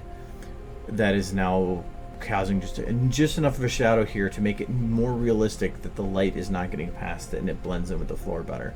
That's all. Like, now that to me is taken care of. The main concern I have right now is I have Rainbow outside the door, but there's no lighting to her, and even though you can't see her very much, it's still within the time that she's there. It doesn't make much sense. I'd almost think that in that case, it'd be better to just not have her on there at all, But that also doesn't make much sense either. I wonder if... No, with how the light's going, you can't have a shadow across the window here.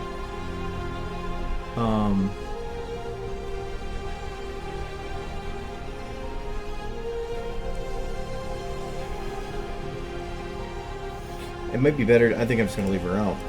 I actually think it works better without her there, because then that's the easiest way to get rid of that. And then it's also going to be quicker render because those models are intensive. What would be the next thing I'd want to clean up here?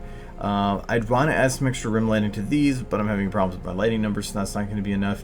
I could add some extra lighting to this, like, and when I say this extra rim, just literally shine a light out from behind, just to create little edges. But I really don't need to do it there because with all the other volumetric in front of it. So I don't know if I need to do anything more with this. I could probably call it good. What is causing this white little light here? Pan. Freaking pan. So see, that bugs me. So we're going to find our bucket, and we are just going to turn it in such a way that that light no longer is an issue. Put it like this.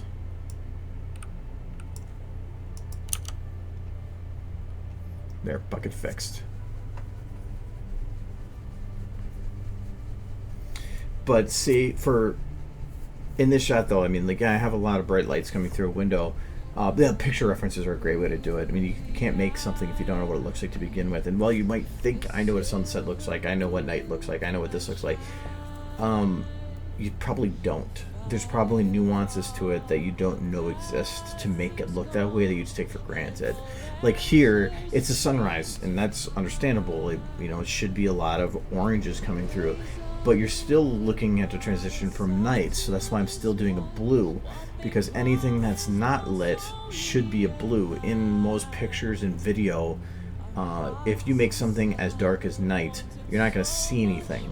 So you have to try to portray it with some kind of a light, and normally our eyes will perceive, at least if done with the correct contrast, blue as dark as night.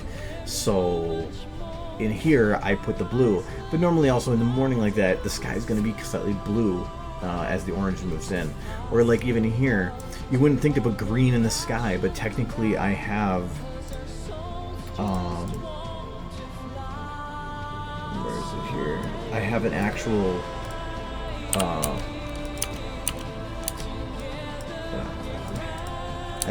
green light in the sky because it moves from orange to blue, and when you mix orange and blue you get green, and so technically you need a transition zone like that, because which looks better to you, this one or if I take out the green? Do take out the green, and you get it like this.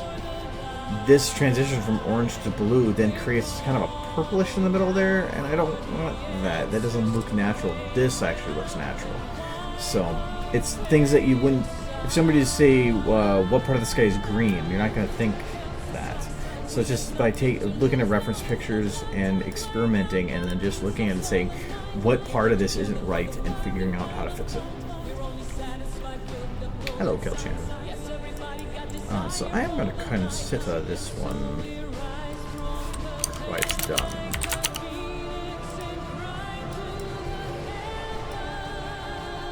So it's got this one, and the main concern here, actually I got to make sure, between these two shots, does it make sense?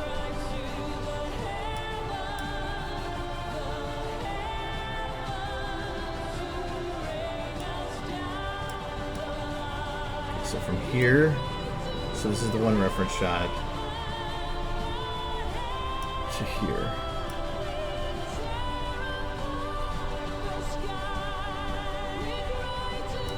I think it mainly does.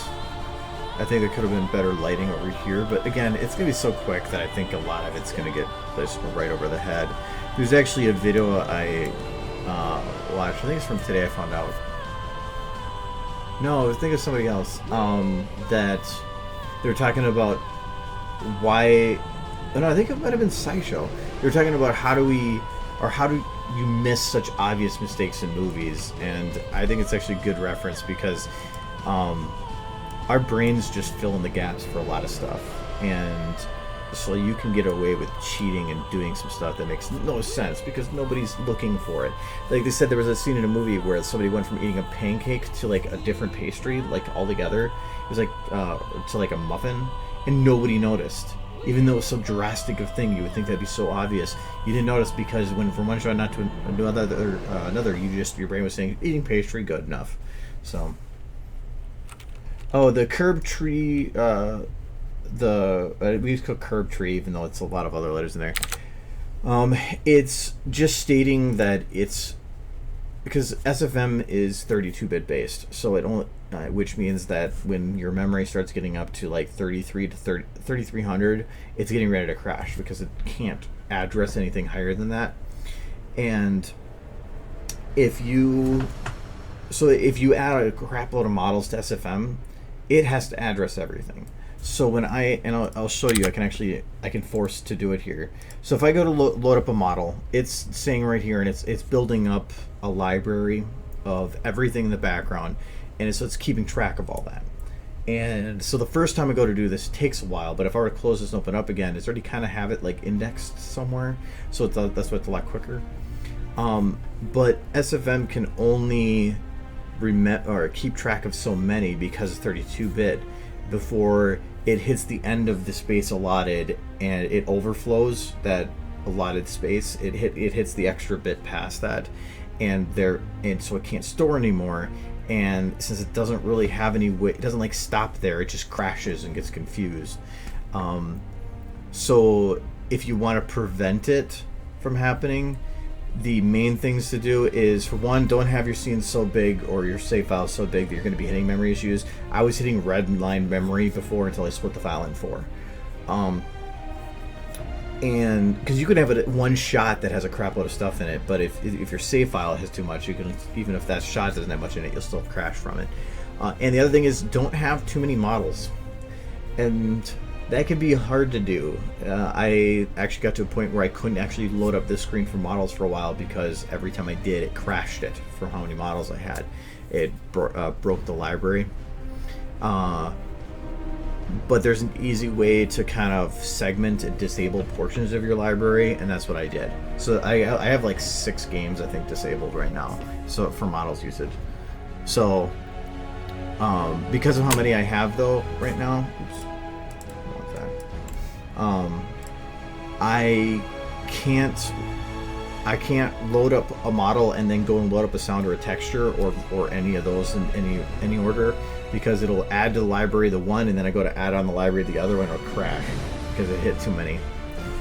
So normally I'm in the habit of, if I go to load a sound or a texture or a model, I save beforehand because I don't know if anything I build up in the background. So here I have almost 40,000 models. That's fine. But now let's say that I have a light. I'm just going to save because I want to make sure this is going to happen. And I say, let's go. Well, now it's building a library for VTF textures. Well, that's a whole nother library now. SFM doesn't like that. So give it a second here. Normally if I do this, I try to grab it really, really quick and then close it. Stream music?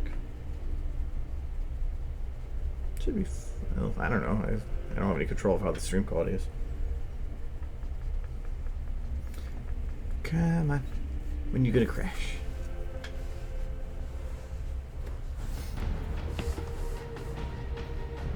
Yeah, this is Transformers soundtrack. I like this song though, so if this cannot fully load. It's crashed every time. Come on.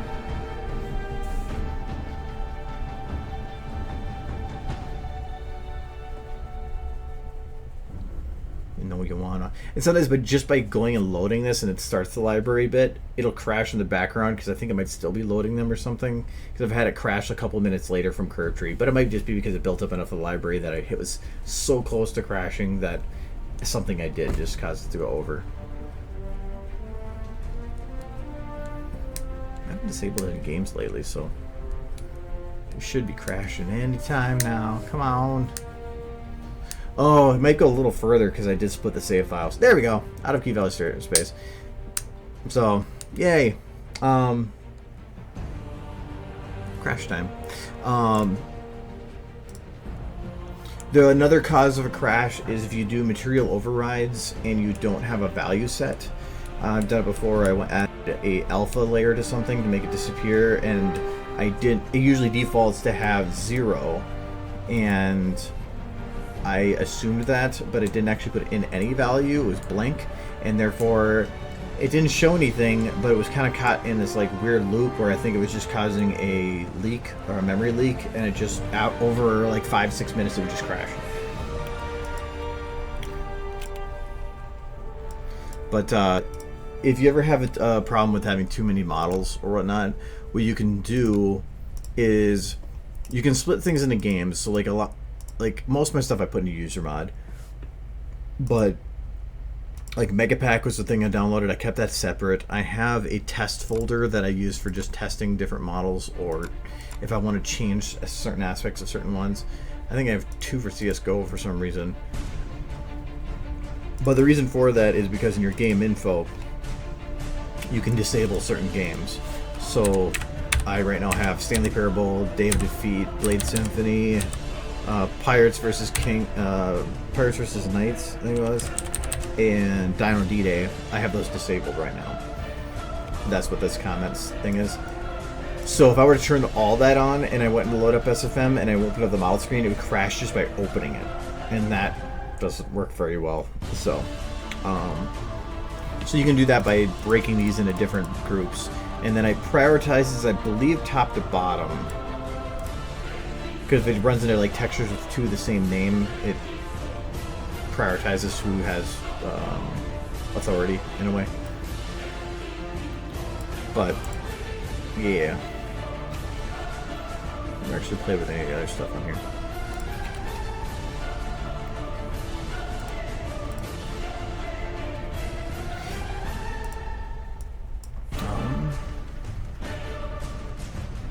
And I know there's a way, just seeing the shadow, there is a way to also increase the amount of processing that it puts into shadows, so that you can actually make shadows that look really, really, really crisp and clean, but it is super intensive. I turned it on. I think I doubled my shadow value once, and it ran worse than having it at 4K. So I was like, no. Yeah, curb trees is the most common error. But the thing is, curb tree isn't a specific cause. It's overarching of a lot of different things. If you have the error and it's caused like a couple minutes after first opening the software, it probably means that you have a memory leak on something that's there. And the best way to test that is to normally if I have an issue like that, I'll save my file as something separate. I'll delete half the stuff in my shot, like the bottom, like if I were to go here, I would select like here to here, and I would delete all that. And then I would save it and then reopen the software and see if it would crash. If it crashes, then you know your memory leak's in one of these halves. If it doesn't crash, then you know it's in one of these in the other half. And then you do it again, and you break that in half, and you break that in half, and you break that in half. And normally I will find it within about 4 to 5 loops like that, because by then you'll find a specific model that you might have done something with or something. And so that's why I found out once that the hair on one of the models was the alpha. I was wrong, was by doing that. I think it took me 3 iterations of doing that before I narrowed it. What was left was just the actors folder, and I'm like, okay, so what have I done in here? And that's when I went putzing around in the overrides, and I was like, oh, and I fixed that, and the problem was gone immediately. So yeah. Hello. Oof.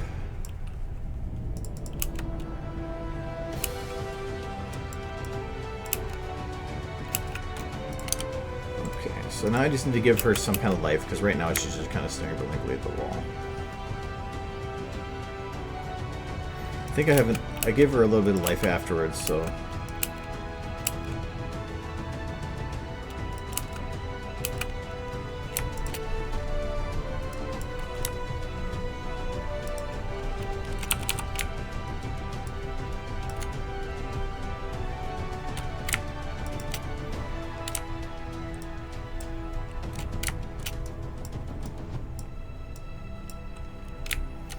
tried adding like a eye back and forth thing. Ooh, actually, you know what? I forgot something in the shot. There's a lot of stuff going on down here that I don't need.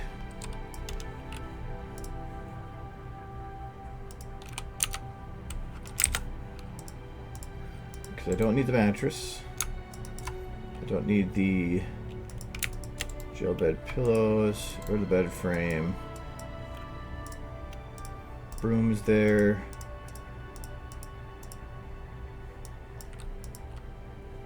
Don't need this.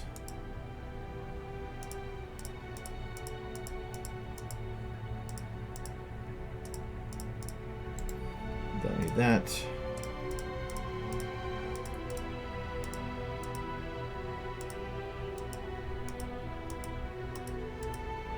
That one is there.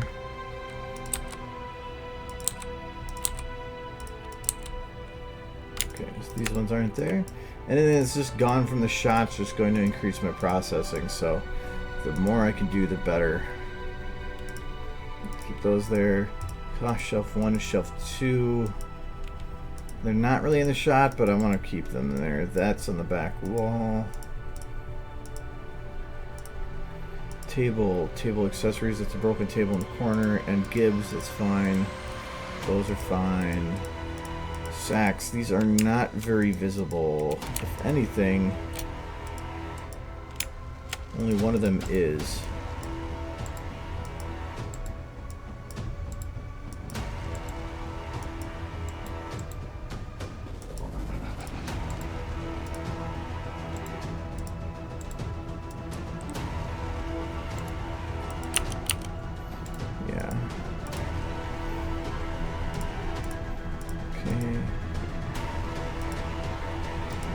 Grass groups. Well, let's keep 2 grass groups. Door filler is not being used, so don't need that. What should be focused on more? Making the lighting so the characters can be seen, or sacrificing visibility for realistic? Always so that they can be seen. Always. You don't want to have somebody blended in with the background. It's the same thing, like, I was just looking at a comic, and, like, it doesn't actually... It's not the best example, but it is one I could think of. So, like... It's just these little goofy little comics about art, whatever. But, like, if you look on how they do the edges here, like, that doesn't make any sense. But it separates his head from the background. A lot of these lines, you can see the lines only go down far enough to go over them. Not many will actually cross over them. There's one with a kid that was a good example.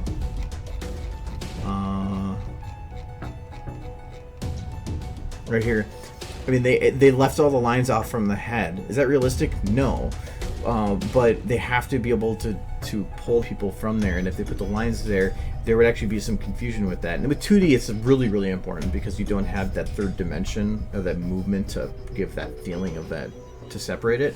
Like here, these lines are flat, so it don't even matters as much. But you need to be able to distinguish the actor from the background, and that's why a lot of these, like when I have the lighting done, there might be a better example on one of these. I usually will, even like here, the light technically is coming from Rainbow Dasher's right, but I put light on this side, and I needed something to separate. I usually call that her highlight, because if I don't put that light there, this light's coming from this side, but it's like she loses depth. It feels like she just kind of blends into the background on that side, and I don't want that. But if I add in a light that's on that side, it pulls her back to have dimension within that full area. So usually with like your backgrounds, you kind of get away with doing it however you want, but you have to make sure you watch where you position your model. Like here, I put her between mountains, because if I were to have her like say this right here would be a very bad position, because her tail would be perfectly outlining to where it's mountain and not mountain.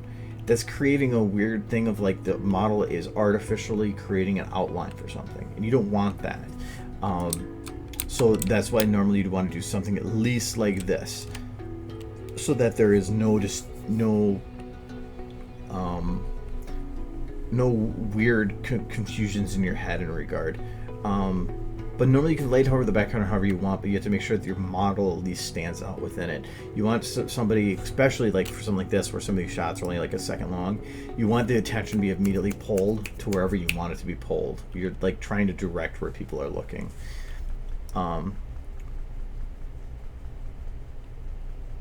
Like here I have it. Yeah, this light here, it's pulls her a little bit out from that side. Here, this is the light, and there would be light kind of bleeding around somebody like that, but that's what that's doing.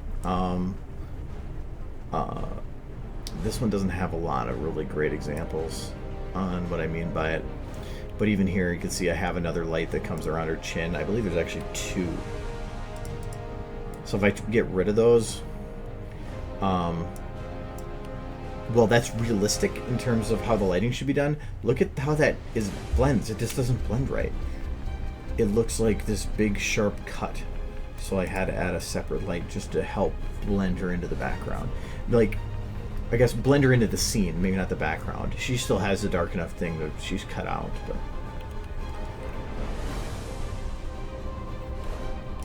but yeah, you always want to make sure that your character is identifiable immediately and is separated enough from her background that there is no confusion. And watching the background to make sure that you're not just creating artificial lines is important too. Like I said, so like here with that like wooden pole thing, I wouldn't want to have it like this because it kind of gives a weird feeling of like her neck jutting out of her neck. But you'd even like this, I wouldn't even really like very much. I don't mind having it split around the nose level. I'm okay, yeah, which is what I have here. But also the camera's moving in such a way that it can get away with it.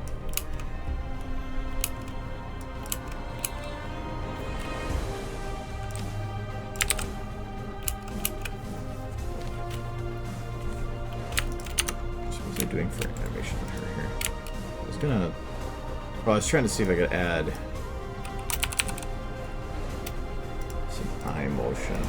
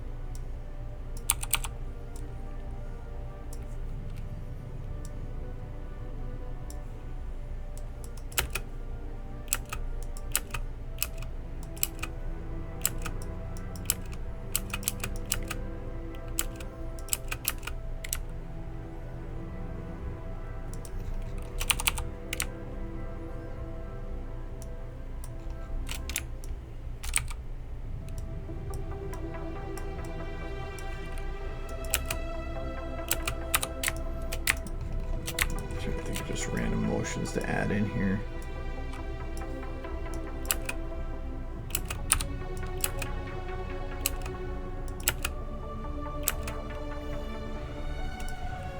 Delay it a little bit here.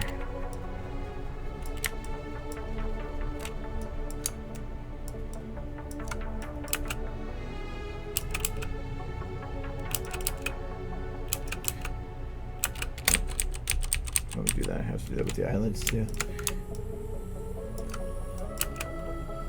Normally it's, if you think about how your eyes move, like that's one of the things that I find that kind of bugs me about like the poems a little bit, is when your eyes move, if you actually like watch your eye, like hold your eyelids and you move, look up and look down, your eyelids move.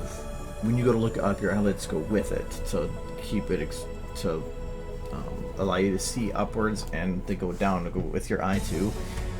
And why should the pony eyes be any different?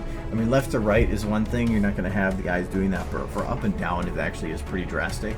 And if you actually look at like the Half-Life models, and I believe the TF2 ones too, when they look up and down, their eyelids are actually built to do that.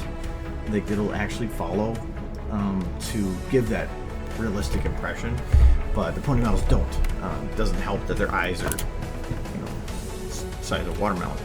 But so instead, you should probably actually be doing that too. If you're going up or down, there should be a slight bit where if you're looking up, at least the top eyelid should go up a little bit, and if you're looking down, the bottom one should go down a little bit. It doesn't have to stay down. You could have it just go down and then slowly come right back up. But yeah, they have the anime type eyes. But like here, she goes side to side, but then when she goes down, I actually should have her her head actually go and bounce down a little bit.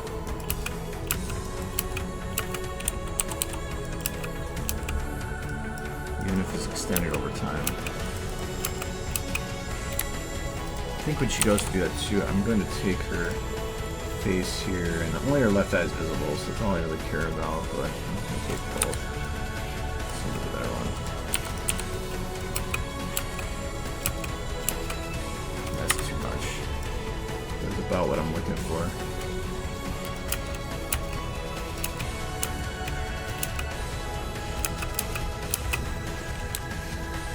So if I have her mouth open a little bit.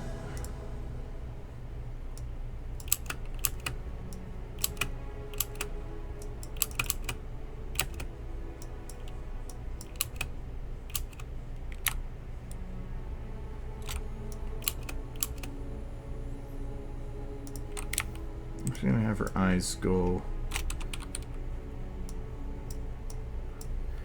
kind of off key a little bit, but I'm just gonna have her, or off cue. I'm gonna have her eyes.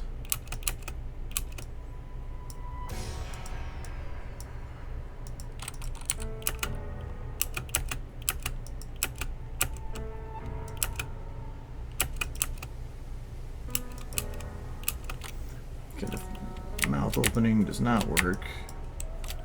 At least how it is.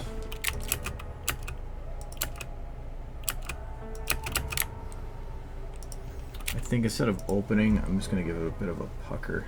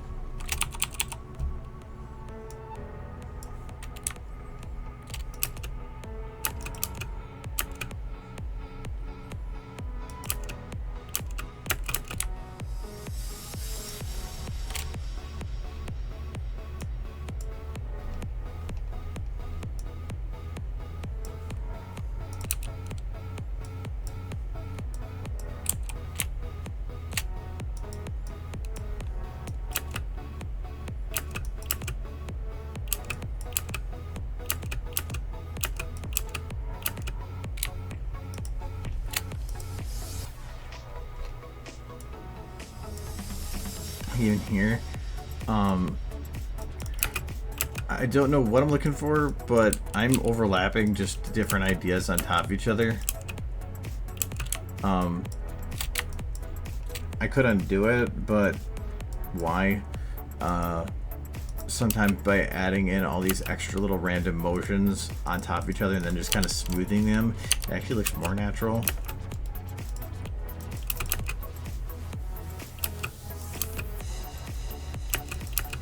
I think I need to give her a little bit of a breathing.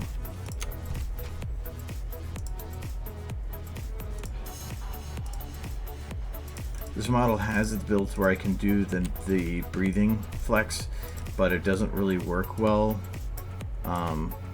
for having accessories.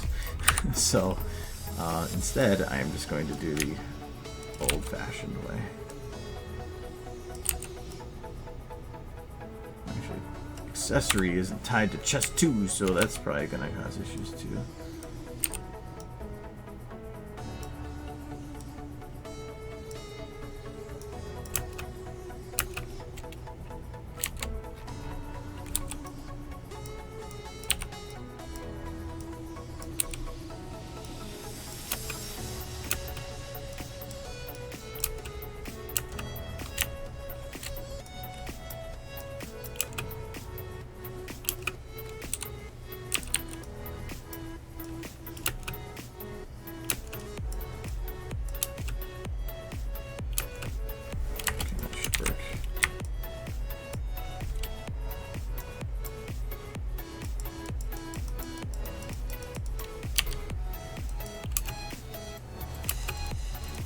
Actually, my weird positioning changing there is not going to be.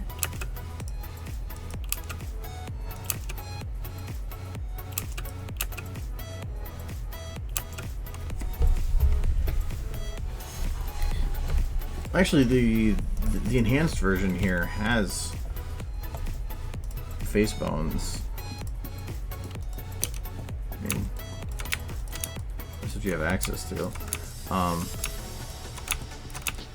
So I do think that the newer ones have quite a bit. I mean, if you can go, but putting too much into a lot of the facial stuff is just like, I wanted to just add some subtle motions, but I didn't want to overdo it. Like having the eyelid controls has come in handy before. This one. I've used it before for, I think in the other Rainbow Dash video, because I needed her to have like a more rounded eye, so I was able to actually pull her eye down and to be more of a rounded look. And some of the facial flexes will let you get more detailed expressions depending on what you're doing, but using all the bones for lip syncing is, to me, way too much time involved for just a fan project. But you could do that if you wanted. A lot of the new flexes that are added on these ones are enough to me. I mean, we can keep that face. My favorite one. She's just like,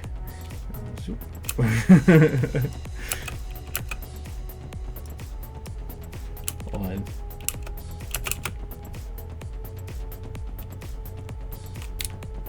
Where's your upper face?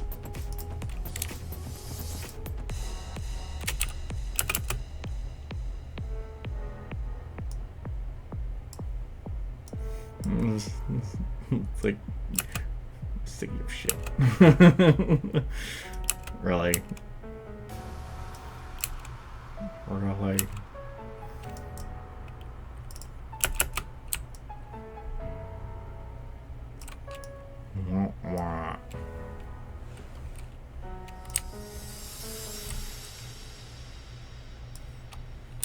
Still beautiful. It's like, what? So I think a lot of the flexes and stuff as they are I think the models themselves are pretty good right now. Could you add like bump maps to the hair to make them more detailed? Yeah. Or you could probably add more detailed manes in general, but the one thing that I have a problem with adding more detail to them as from what they are right now is that they're meant to be cartoonish. And if it's like with the refractive eyes, I was originally doing it because I needed it for something specific. I never pursued it because of the difficulty in using them correctly without making it look awkward, which you'll see sometimes. But the reason I didn't like it is because the rest of the model doesn't match with it. you have something that's cartoony with something that's trying to be over realistic, and then that's where you hit the uncanny valley. It's if you have the right balance of cartoony, you'll be better off than trying to do too realistic in certain aspects. I think that's one of the difficulties with like when making this video, is that there's certain things that I could make look better, but if I put that effort into it, it's like if I put too much detail into scene, suddenly this clean pony doesn't look right, and I have to make them dirty, and I have to cover them in dirt just to make it look right. And so there's a certain amount of realism that's just, you can just call it good. Ooh, there is, this wood is coloring, or doing an error on it.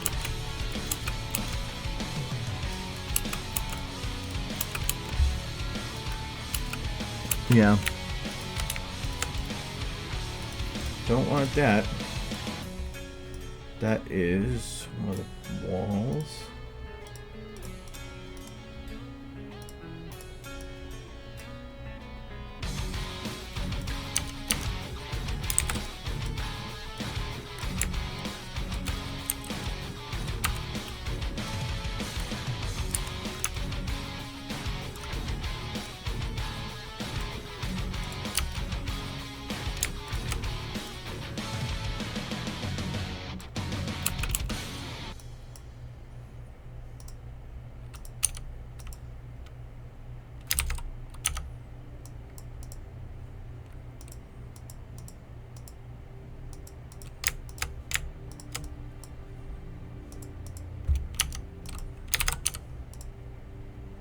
I need to make sure that this board also is gone here.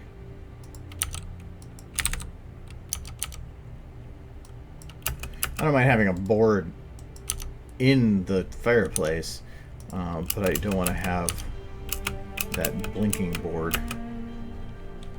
I'm doing well, how are you? I got rid of her eyebrows. Eyebrows to me are a lot of extra animation, and if you don't need them, I just don't even bother. A lot of the facial expressions you can do portray enough, but there's certain things like sarcasm is hard to do without eyebrows. Certain levels of anger don't work. Squinting doesn't look very good, though this model has the actual squint flex.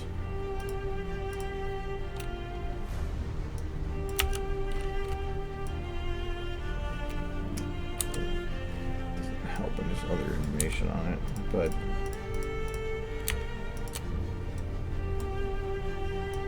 so I mean it has that, but that only goes so far. Adding the anger can give a whole different aspect to it. So I think the eyebrows do add stuff to it, and I have used them before, but I usually use them in situations where they're needed, not in situations because they can, and especially when I'm on a time restraint. Yeah, I've seen the trailer.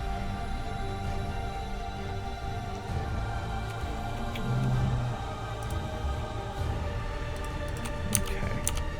So what bones on her are broken from that? Okay, cheek and butt.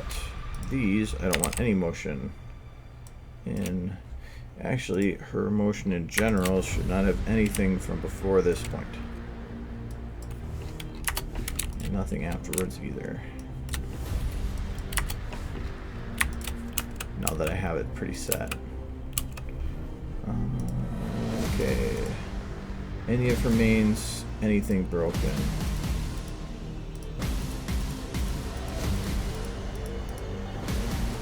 No.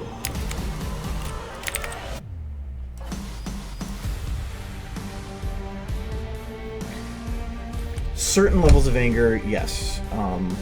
And I'll use them for that, but and I have like one of the ones that did for anthology. I needed an anger, and yes, they were essentially a necessity there, and so I used them. And so like I said, sarcasm and anger I think are the big ones. Certain levels of sad need them too, but not all of them. It just depends on what you want to do. Plus, I'm not going to put an extra 4 hours into a project just for the sole purpose of trying to add eyebrows. It's like I'd rather work on other stuff or take a break. So Like here, I don't need her eyebrows because what would, why? Especially with a lot of the shadows that are coming through, if I don't have them locked directly to her head, they're gonna look like floating eyebrows because the shadows. But even sadness isn't required. Sadness you can get away with. I mean, it just depends on the level of sadness, but most of the time, for a lot of the faces, if you just go and do like there, that portrays sad. I mean, do you need the eyebrow on that? No, you can look at it and see that she's sad. You don't need the eyebrow. It could be useful, but you can't keep them stationary. You have to keep them moving, and you have to keep them going, and usually you have to delay them behind the eye so that they don't just move statically with the eye, and it's all this other stuff. But for for anger, anger to me you can usually get away with.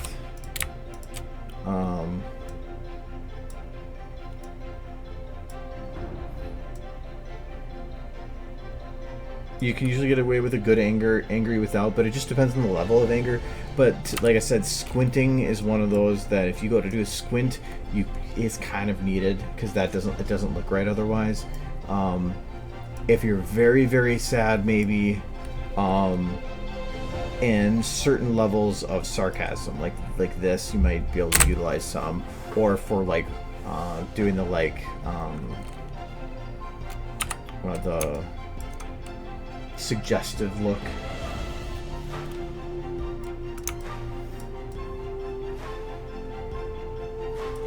Yeah, I think the eyebrows, like I said, they do work. It's just that a lot of times they're overused. And it's like when people get a fun new toy, they want to play with it. And when they were added, they were really useful. For pictures, I'll use them almost all the time because then you have a snapshot. But for animating, it's just so tough. And for some of the stuff I did for Anthology, I wish I could show you because that would have, that actually has some detail that would come from that. But this can't. But yeah. I just say use them if it helps add to the scene. If it doesn't add to it and it's just on top of, take it out. But why? But no, I'm pretty sure I actually did use her. Did I use it here? Oh yeah, I forgot. I have to take that out of that shot.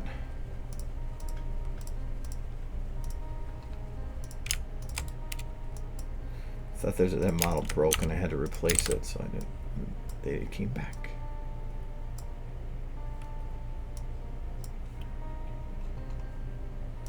Is there more than one rainbow dash? Yes, that was the broken one. Okay, that makes sense.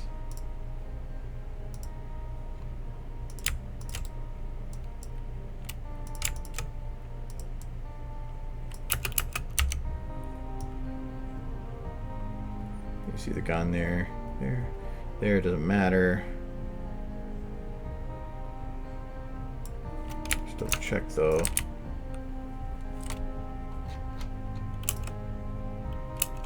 Oh yeah, I forgot we didn't care about the angle. So they had her being all sad. Oh, I forgot about that.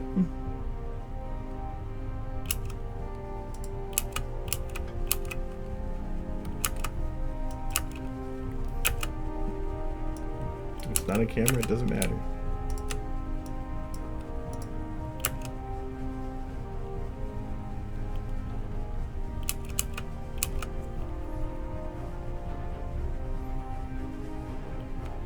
Oh no, yeah, it's for Anthology 6.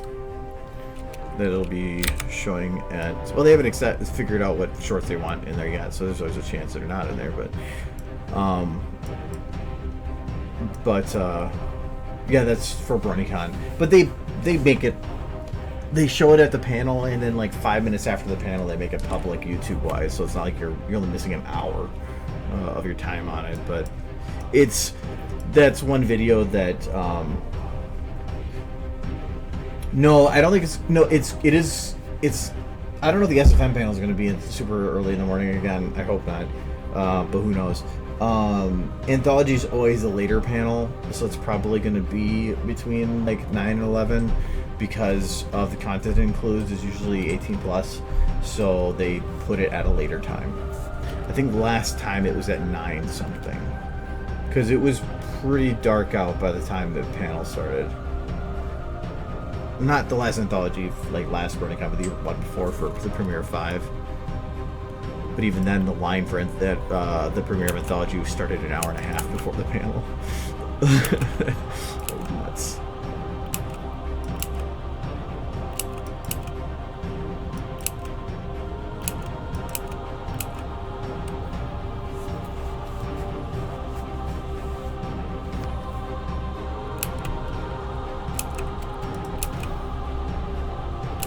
Okay, so... I'm just gonna do the... Actually, I should have done that before baking things. I don't do any of that animating I need for the bones, but like I'm not really worried about the tail because I can easily do that. It can be cheaply done, but like the mane here, technically when she goes to this angle, her back mane will be in a different position.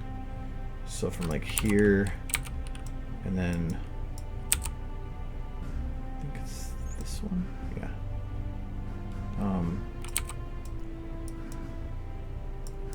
Because there it is. I was trying to find her other main bit there.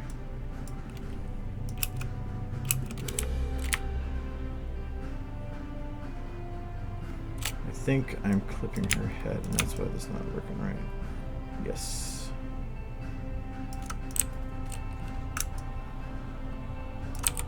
Let's move that down here. Like that, maybe?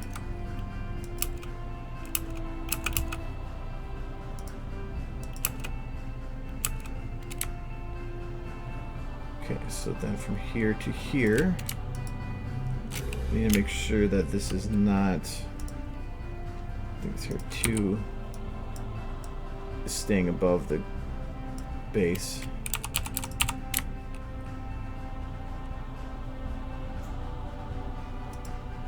I can probably actually lift it up a little bit.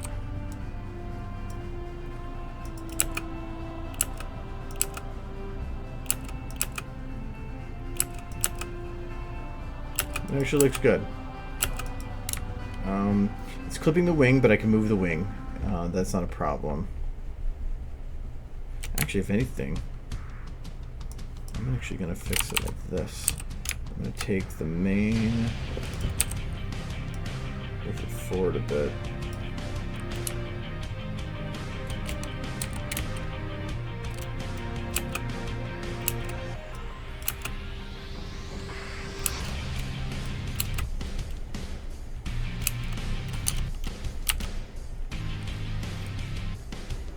What'd you miss?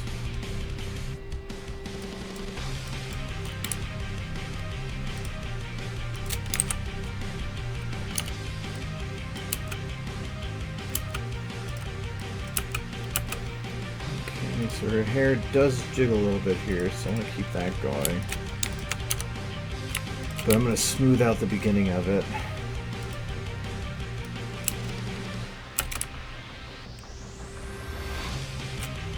Actually, I'm going to hit it a little bit because the hair is going up, down, and then on its way back up. Yeah, that'll work better.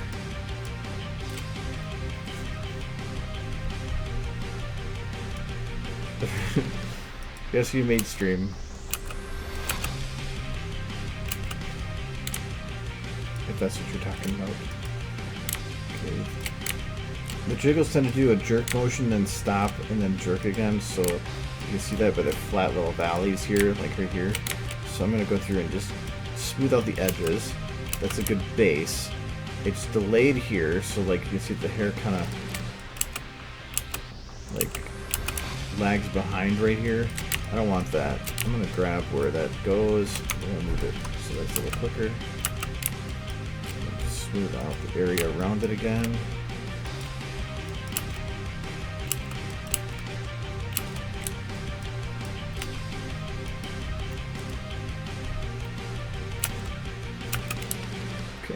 now I can just add a little bit of extra myself.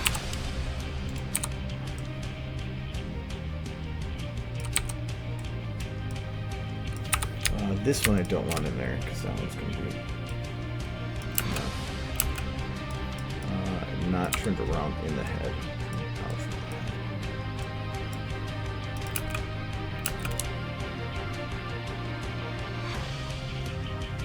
And then when it hits the end here, it's not should go 5, I think it should go 1. This one I want to have too on a little bit.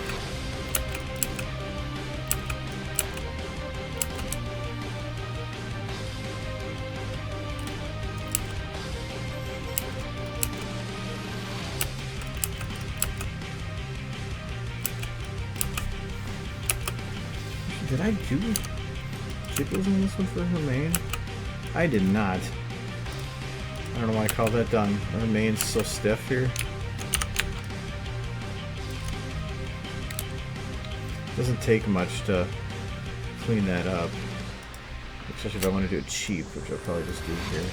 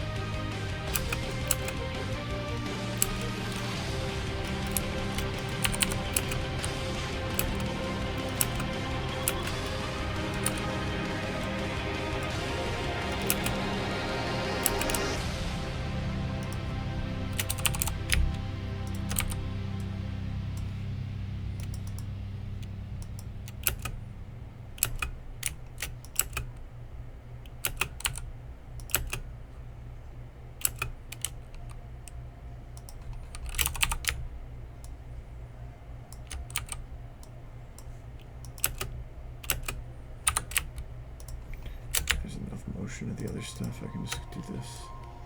Not that one, this one.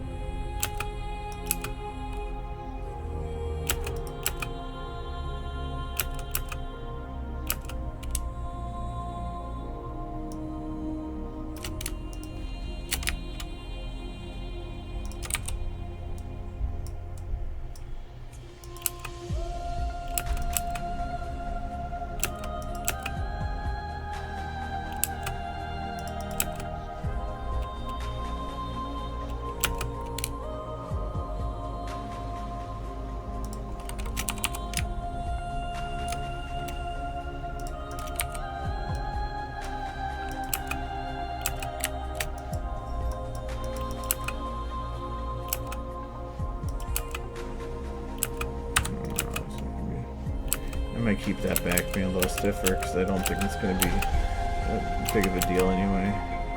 Yeah, especially with the other light that's on there. If I add too much, it's going to stand out too much.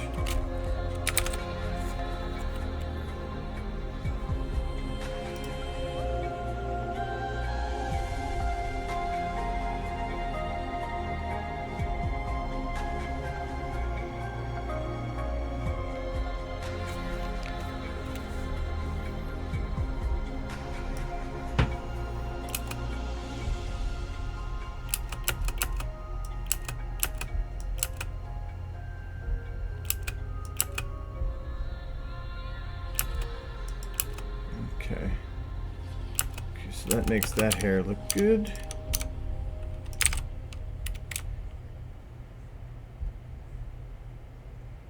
Now I'll just do the ears.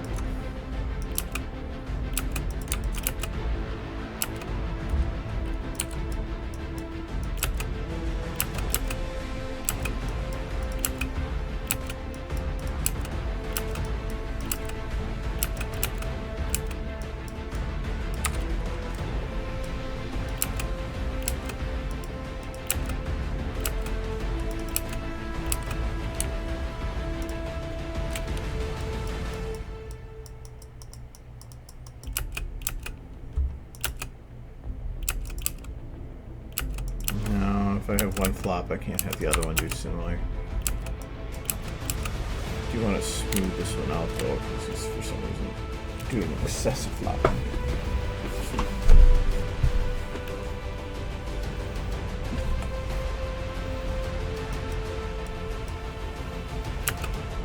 Yeah, day zero stuff is usually some of the more fun stuff at the cons, but for the ones that people like, that's, I'd almost say more for the local ones, because it's a one that a lot of people are flying to.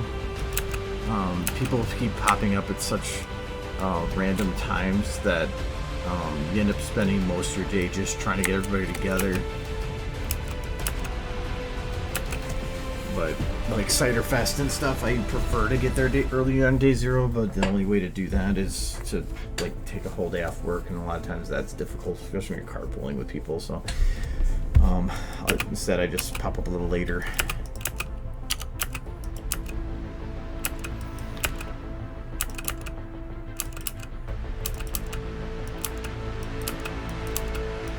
I think we're going to be at BronyCon like around noon, I think.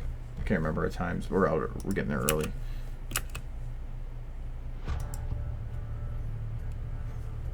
Damn you, Warhorse. How dare you say that with when Rainbow Dash is there to hear. She's sad. She's getting introspective. She's like, I don't want to talk to you anymore. Huh.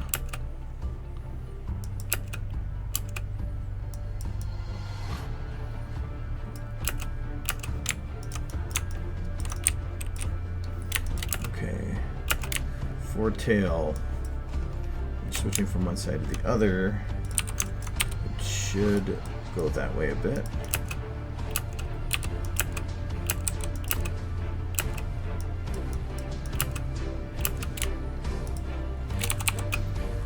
Okay. Tail is, to me, is one what used to be really hard, but now it's one of the easiest things to do.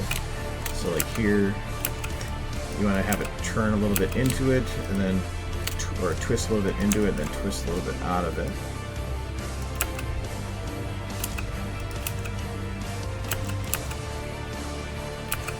And then just have everything else just follow behind, essentially. So like here, this is going to be lagging behind in this direction. And then it'll lag behind in that direction. So we're going to have it drift off a little bit there, and we're going to have it also positioned a little bit like this.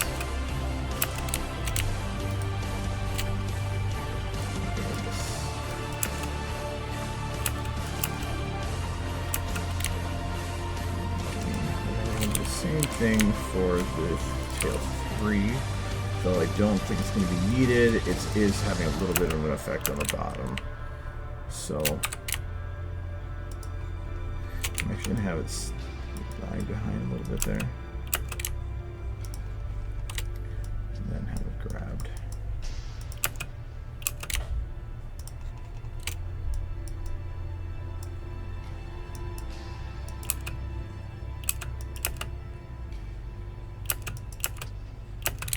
Okay, and then just before going, I have tail 1.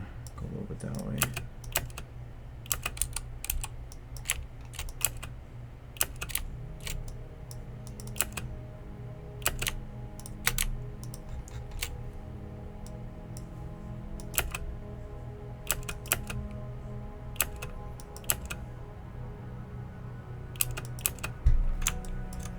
All the detail, and you can really see what's going on with it anyway. But I don't have to worry about a lot of the other details of it because it's not visible anyway. Wings. Clipping the bag slightly. But in general are fine. When the wings go up, though, they are not fine.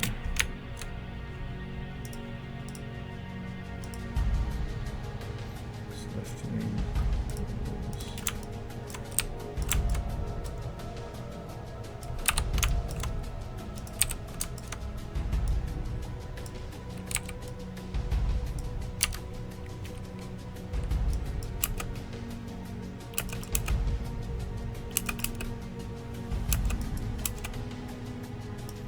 I don't even care that it's actually clipping her wing there, because think about it, it's clipping, but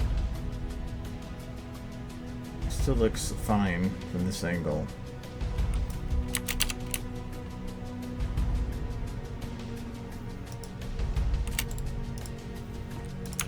She's just got to open up because she's going down.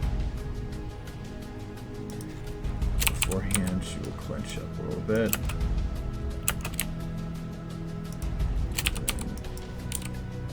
Against the top.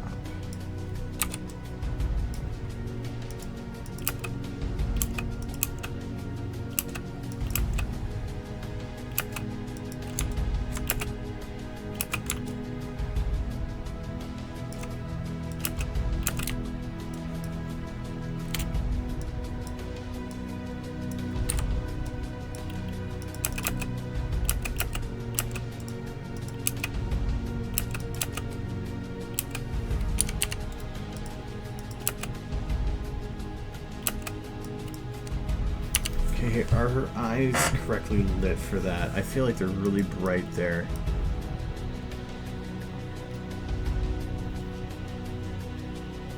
Feels like they're too bright, but if the best way to probably to fix that is to shine one right at her pupil, but I wanted to not do that unless it came down to a requirement. That was going to be a additional thing done in post, not post, if I had time, because they can be super frustrating.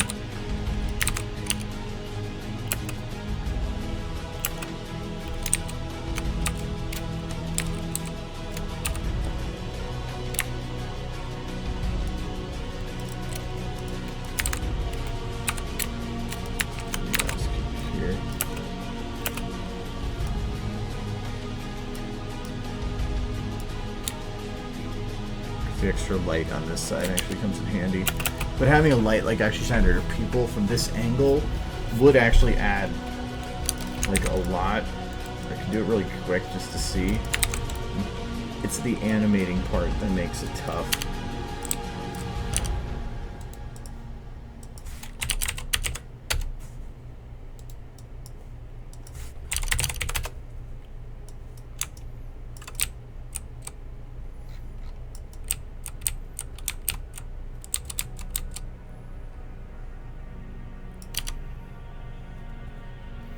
I mean, yeah, just look what that does compared to not.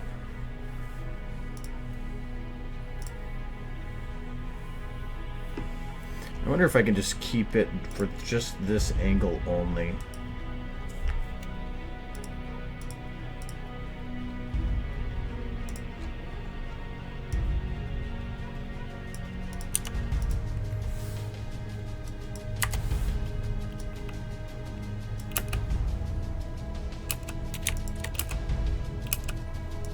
Does work. See, this is the part that sucks. It is from here to here. I have to animate the light itself. Oops.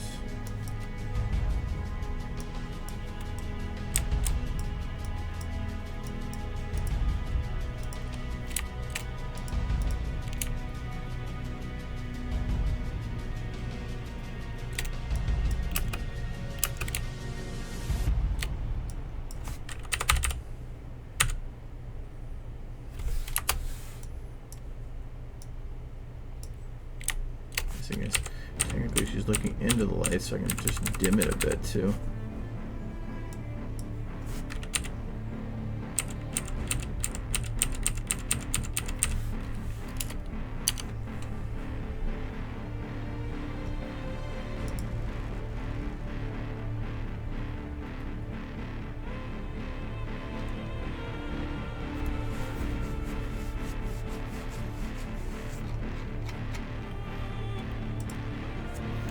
Sure was here earlier. I don't know if he still is.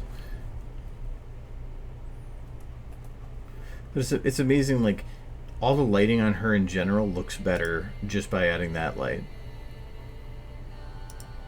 I don't know why, but it actually helped enhance the, like, everything about her. Okay, now I gotta try the other one.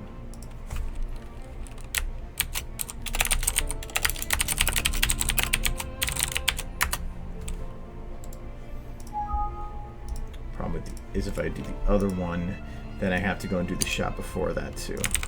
That's kind of what I'm hesitant.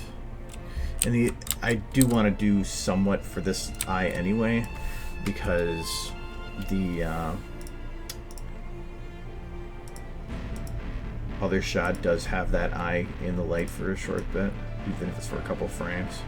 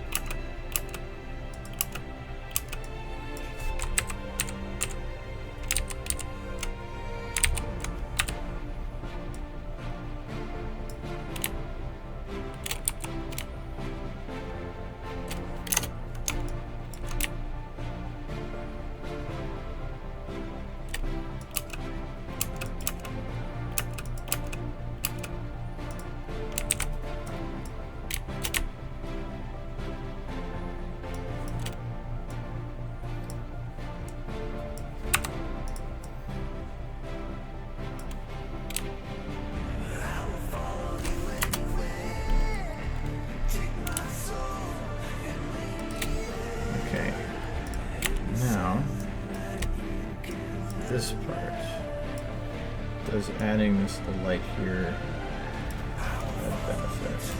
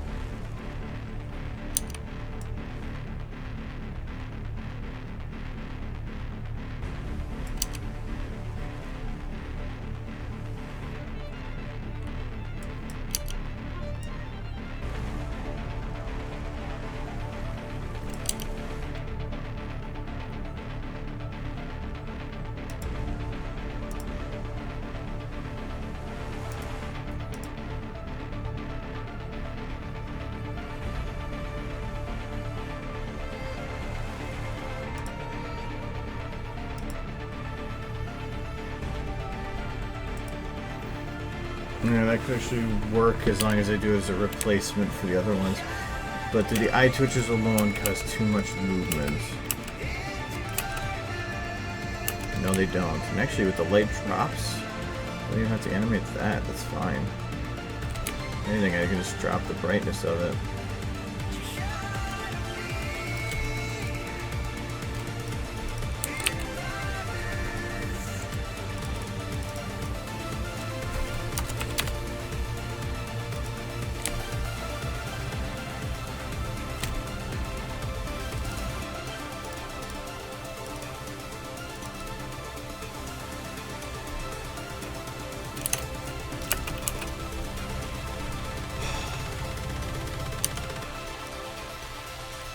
Well, she's got both her eyes visible here too, doesn't she?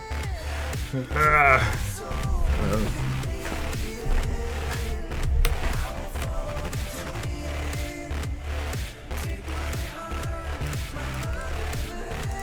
Then if I take the highlight here, and from here, 4, drop down the brightness a little bit.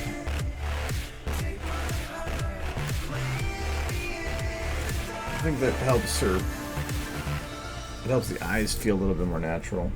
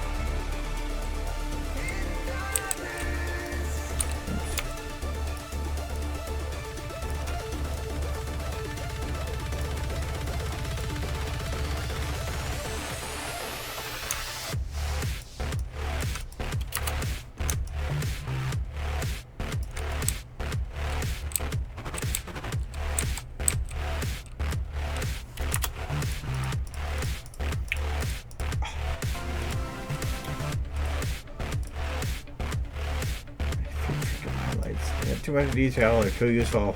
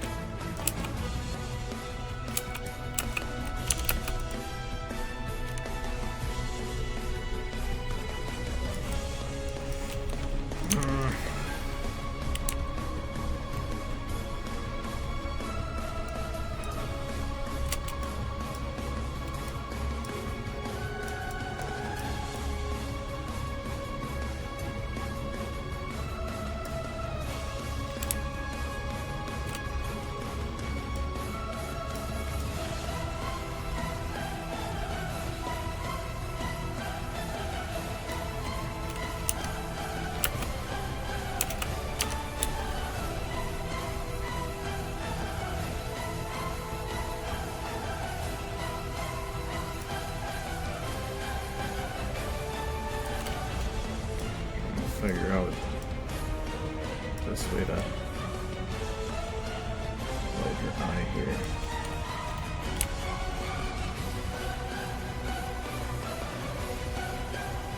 Okay. I think that should work.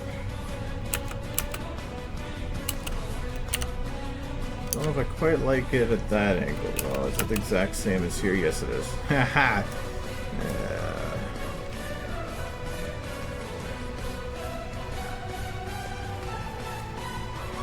I think it just needs to be moved up, but I'm not going to bother. Really, I could just call this all done and just say, fuck it. Oh, I think I know what I need to do. I think I just need to bring this highlight up.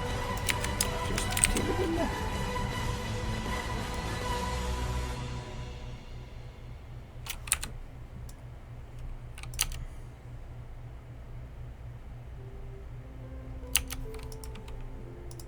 That'll work.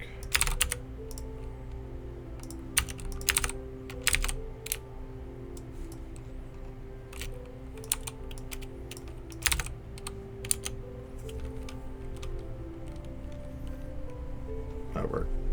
Fuck it. Hold on, what?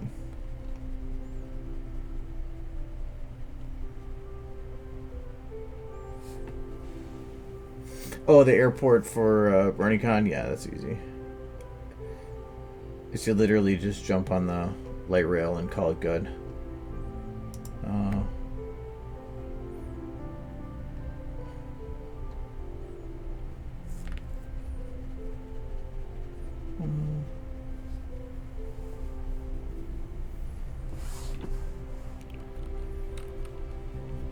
Yeah, I remember when he slept on the floor. Yeah, you slept. You were laid on the floor for like an hour and a half. But anyways, that's gonna be it for tonight's stream. I will be streaming Friday again, as far as I can tell. There's no plans. And what is the date here?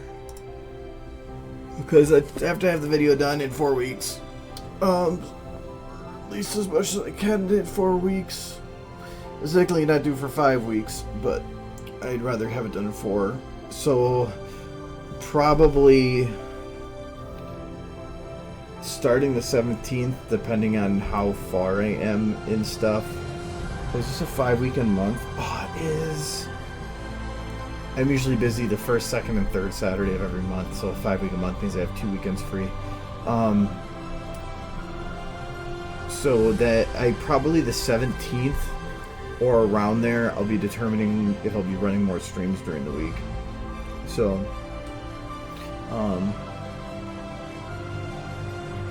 yeah, it's because if I start running really short on time, it's the best way to do it. So if that happens, I might be running 3, 4, or 5 potential streams in that starting on the 17th. But I'll figure out more on that as I get closer. So that's 2 weeks from now.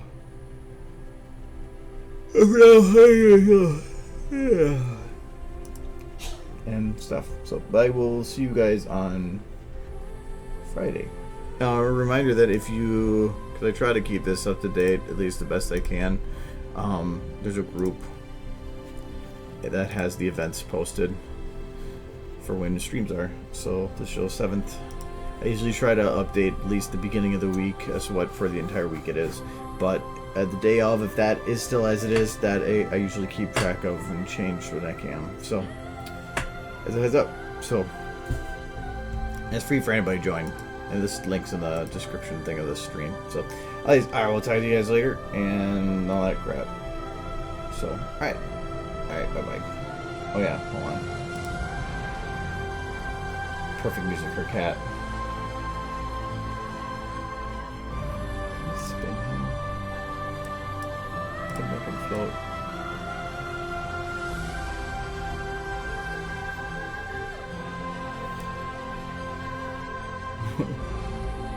Ha ha ha.